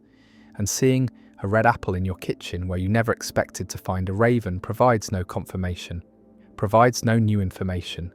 But seeing a red apple in a context where you might have found a non-black raven, where the observation had the potential to reveal a counterexample, does provide confirmation. And so confirmation depends not just on what is observed, but on the circumstances of observation, on what was at stake, on what alternatives were possible. And this solution ties confirmation to potential falsification, treats confirmation as depending on whether observations eliminate possibilities rather than merely matching hypotheses. The paradox also connects to the problem of induction, to Hume's problem of how we can justify inferring from observed instances to unobserved cases, because confirming all ravens are black by observing black ravens assumes that the future will resemble the past, that unobserved ravens will be like observed ravens, and this assumption itself cannot be justified without circularity. And the paradox adds another layer, shows that even if we accept induction, we face puzzles about what counts as confirming evidence, about whether observations of non-ravens can tell us about ravens, and these puzzles reveal that confirmation is more complex than it appears cannot be reduced to simple pattern matching or accumulation of positive instances. The scientist with the red apples continues recording, carefully noting each observation, and the paradox hangs over the investigation, a question about whether this absurd procedure is actually legitimate science, whether red apples really do provide evidence about ravens, and the answer depends on how we understand confirmation, on which principles we accept, on whether we follow formal logic or intuitive judgment, and the paradox remains unresolved in the sense that different solutions appeal to different intuitions, make different trade-offs, and no consensus has emerged, only a recognition that confirmation is subtle, that evidence works in non-obvious ways, that formal principles can lead to counterintuitive conclusions, and that the relationship between observation and theory, between data and hypothesis, between evidence and confirmation, is more complex than common sense suggests, and Hempel's paradox endures as a classic problem in philosophy of science, a puzzle that continues to challenge our understanding of scientific method, a reminder that even basic concepts like confirmation and evidence conceal difficulties that philosophy has not fully resolved.